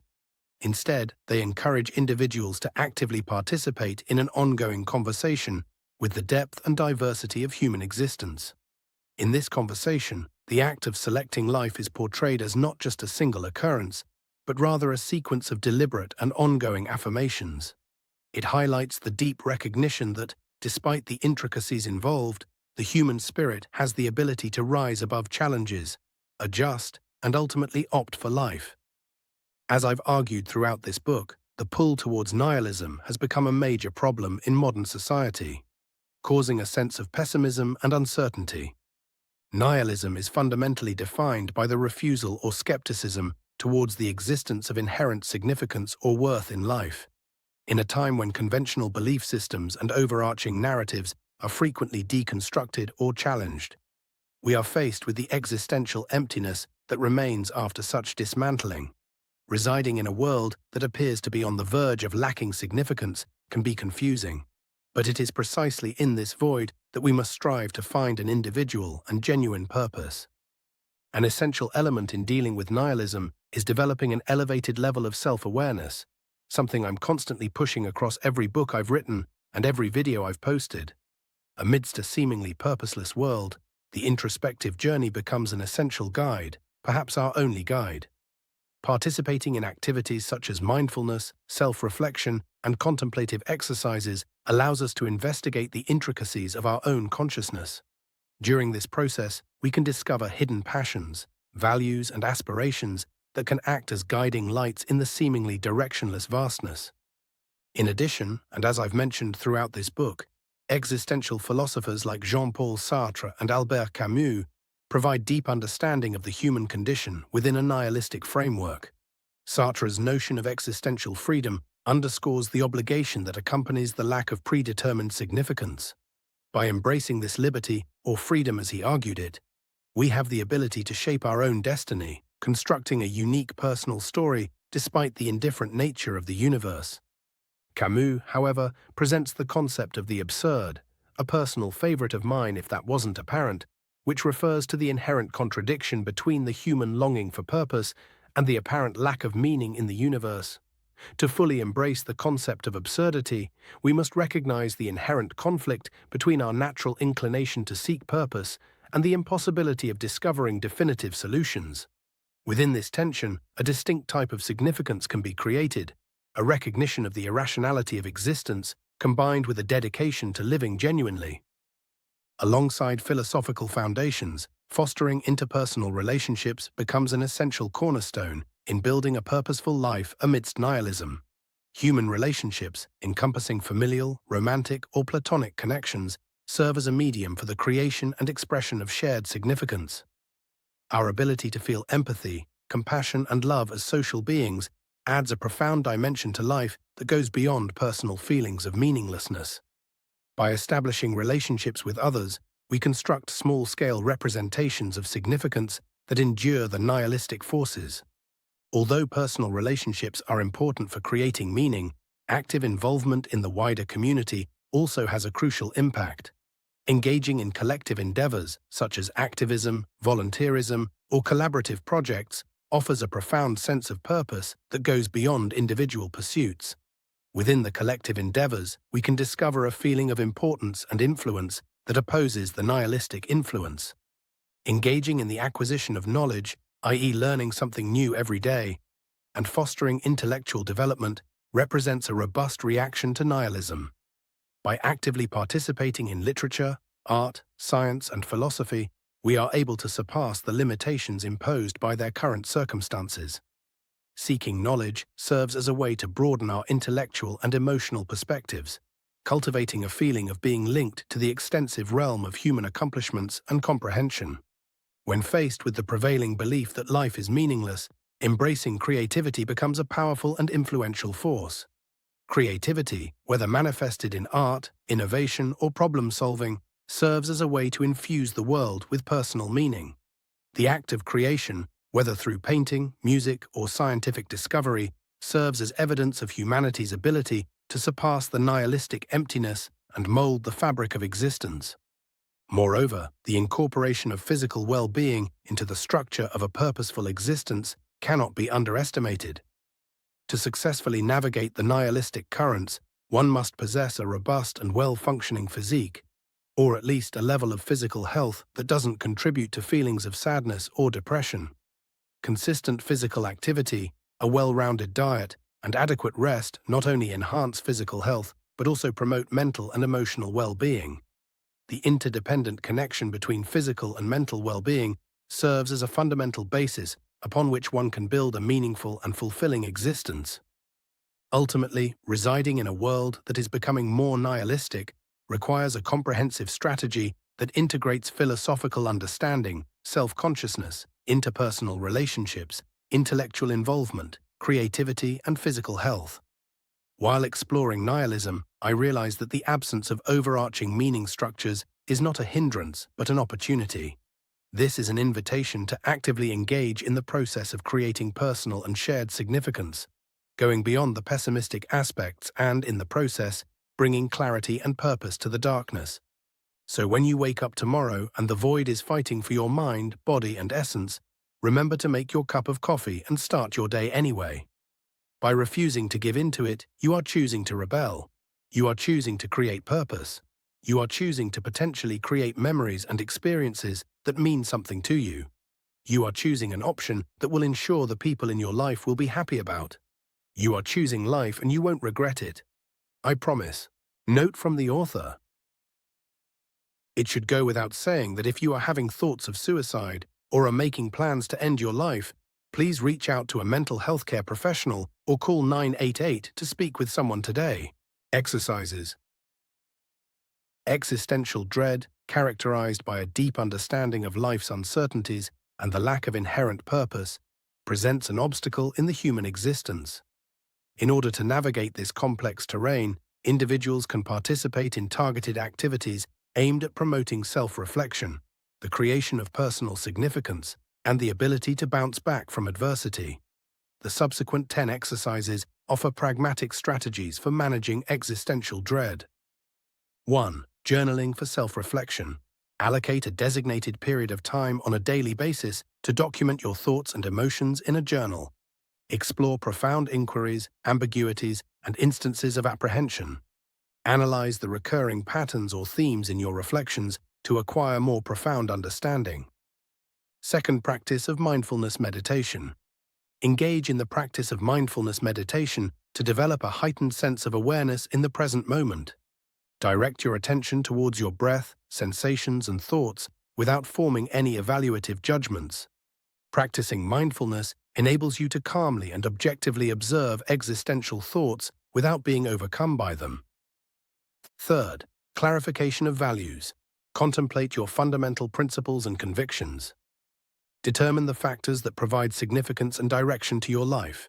Ensure that your daily actions are in line with your values in order to establish a sense of existential coherence. Fourth, study of existential literature. Engage with existential literature, such as the writings of Jean-Paul Sartre or Viktor Frankl. Contemplate the underlying ideas explored in these literary pieces and their connection to your personal existential worries. Utilize literature as a catalyst to facilitate profound introspection and comprehension of oneself. 5. Significance of establishing objectives. Establish significant and attainable objectives in both the short and long term. Goals offer a clear sense of orientation and meaning, serving as a remedy for existential nihilism. Divide larger objectives into smaller, feasible tasks to achieve a feeling of advancement. 6th, philosophical discourse. Participate in philosophical discourse with others, either individually or in a collective setting. Engage in the exchange and examination of existential inquiries, viewpoints, and methods of dealing with challenges. Conversations can offer diverse perspectives and foster a shared sense of comprehension. 7. Connect with nature. Immerse yourself in natural surroundings to cultivate a profound sense of wonder and interconnectedness. Contemplate the inherent patterns of life and their significance to existential concepts. The natural world can provide comfort and a broader understanding when confronted with existential anxiety. 8. Artistic manifestation.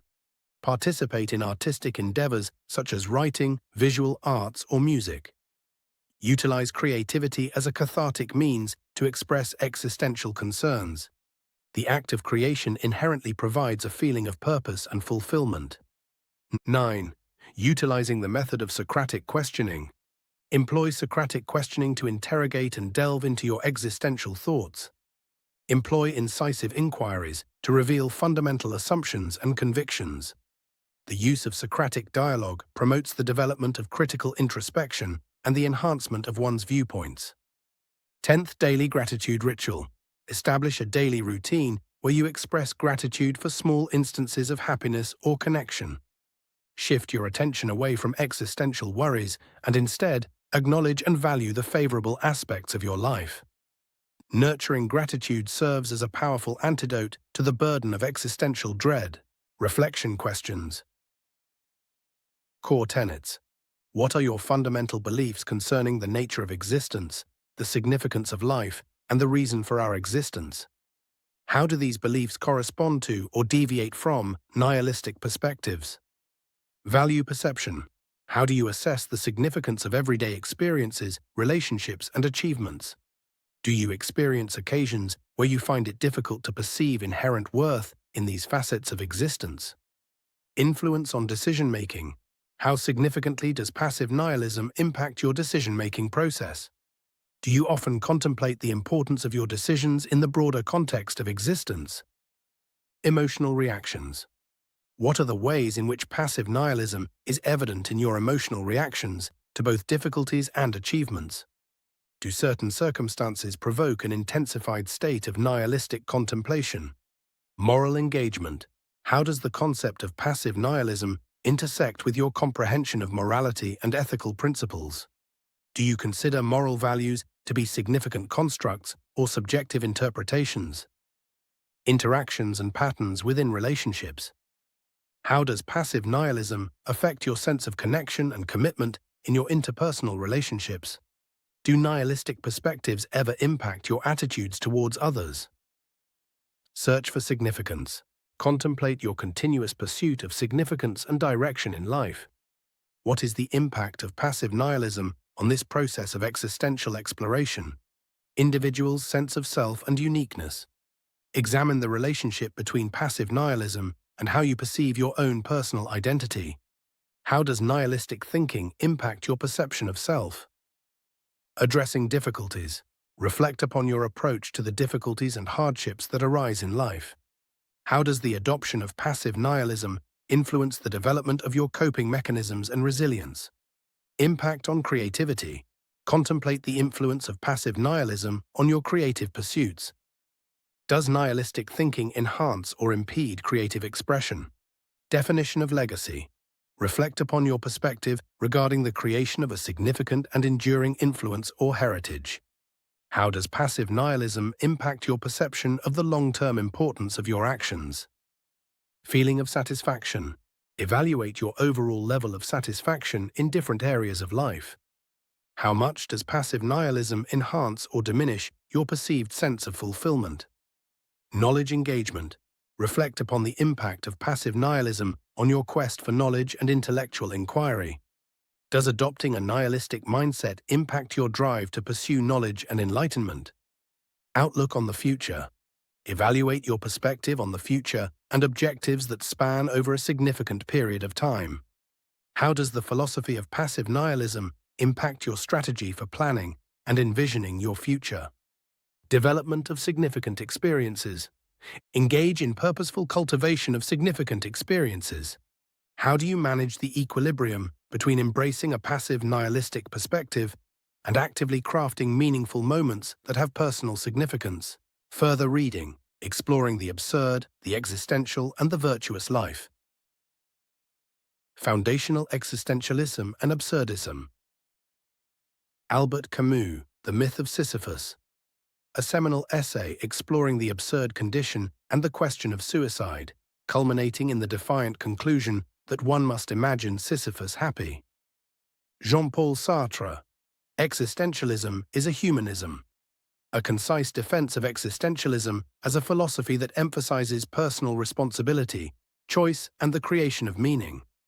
Simone de Beauvoir, The Ethics of Ambiguity, a rigorous philosophical reflection on freedom, morality, and how one lives authentically in an ambiguous world. Fyodor Dostoevsky, Notes from Underground, a haunting narrative that explores alienation, defiance, and the complexities of human consciousness in the face of reason and absurdity. Modern takes on existential themes. Viktor Frankl, Man's Search for Meaning. A Holocaust survivor's profound account of finding meaning amidst unimaginable suffering, offering logotherapy as a path toward purpose.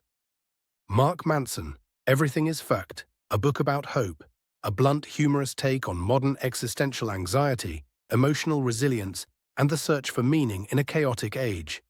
Sarah Bakewell, At the Existentialist Cafe, a narrative-driven history of the existentialist movement and its key figures, blending biography with philosophical clarity.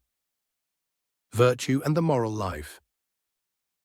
Ryan Holiday, The Obstacle is the Way, a modern interpretation of Stoic philosophy, arguing that adversity is a necessary path to growth and virtue. Massimo Pigliucci, How to be a Stoic, a personal, accessible guide to applying Stoic principles in everyday life, grounded in the teachings of Epictetus. Pierre Hadot, Philosophy as a Way of Life, a deep scholarly look at how ancient philosophy, especially Stoicism and Epicureanism, was meant to be practiced as a lived experience. Contemporary explorations of meaning. Emily Esfahani Smith, The Power of Meaning, an insightful exploration of 4 pillars of meaning: belonging, purpose, storytelling, and transcendence, grounded in contemporary research and narrative. Oliver Burkeman, 4,000 Weeks, Time Management for Mortals, a wise, often counterintuitive meditation on mortality, finitude, and how to live meaningfully in the time we have. David Foster Wallace, This is Water, a short but powerful commencement speech that confronts the difficulty and necessity of conscious awareness and moral choice in the face of routine and despair,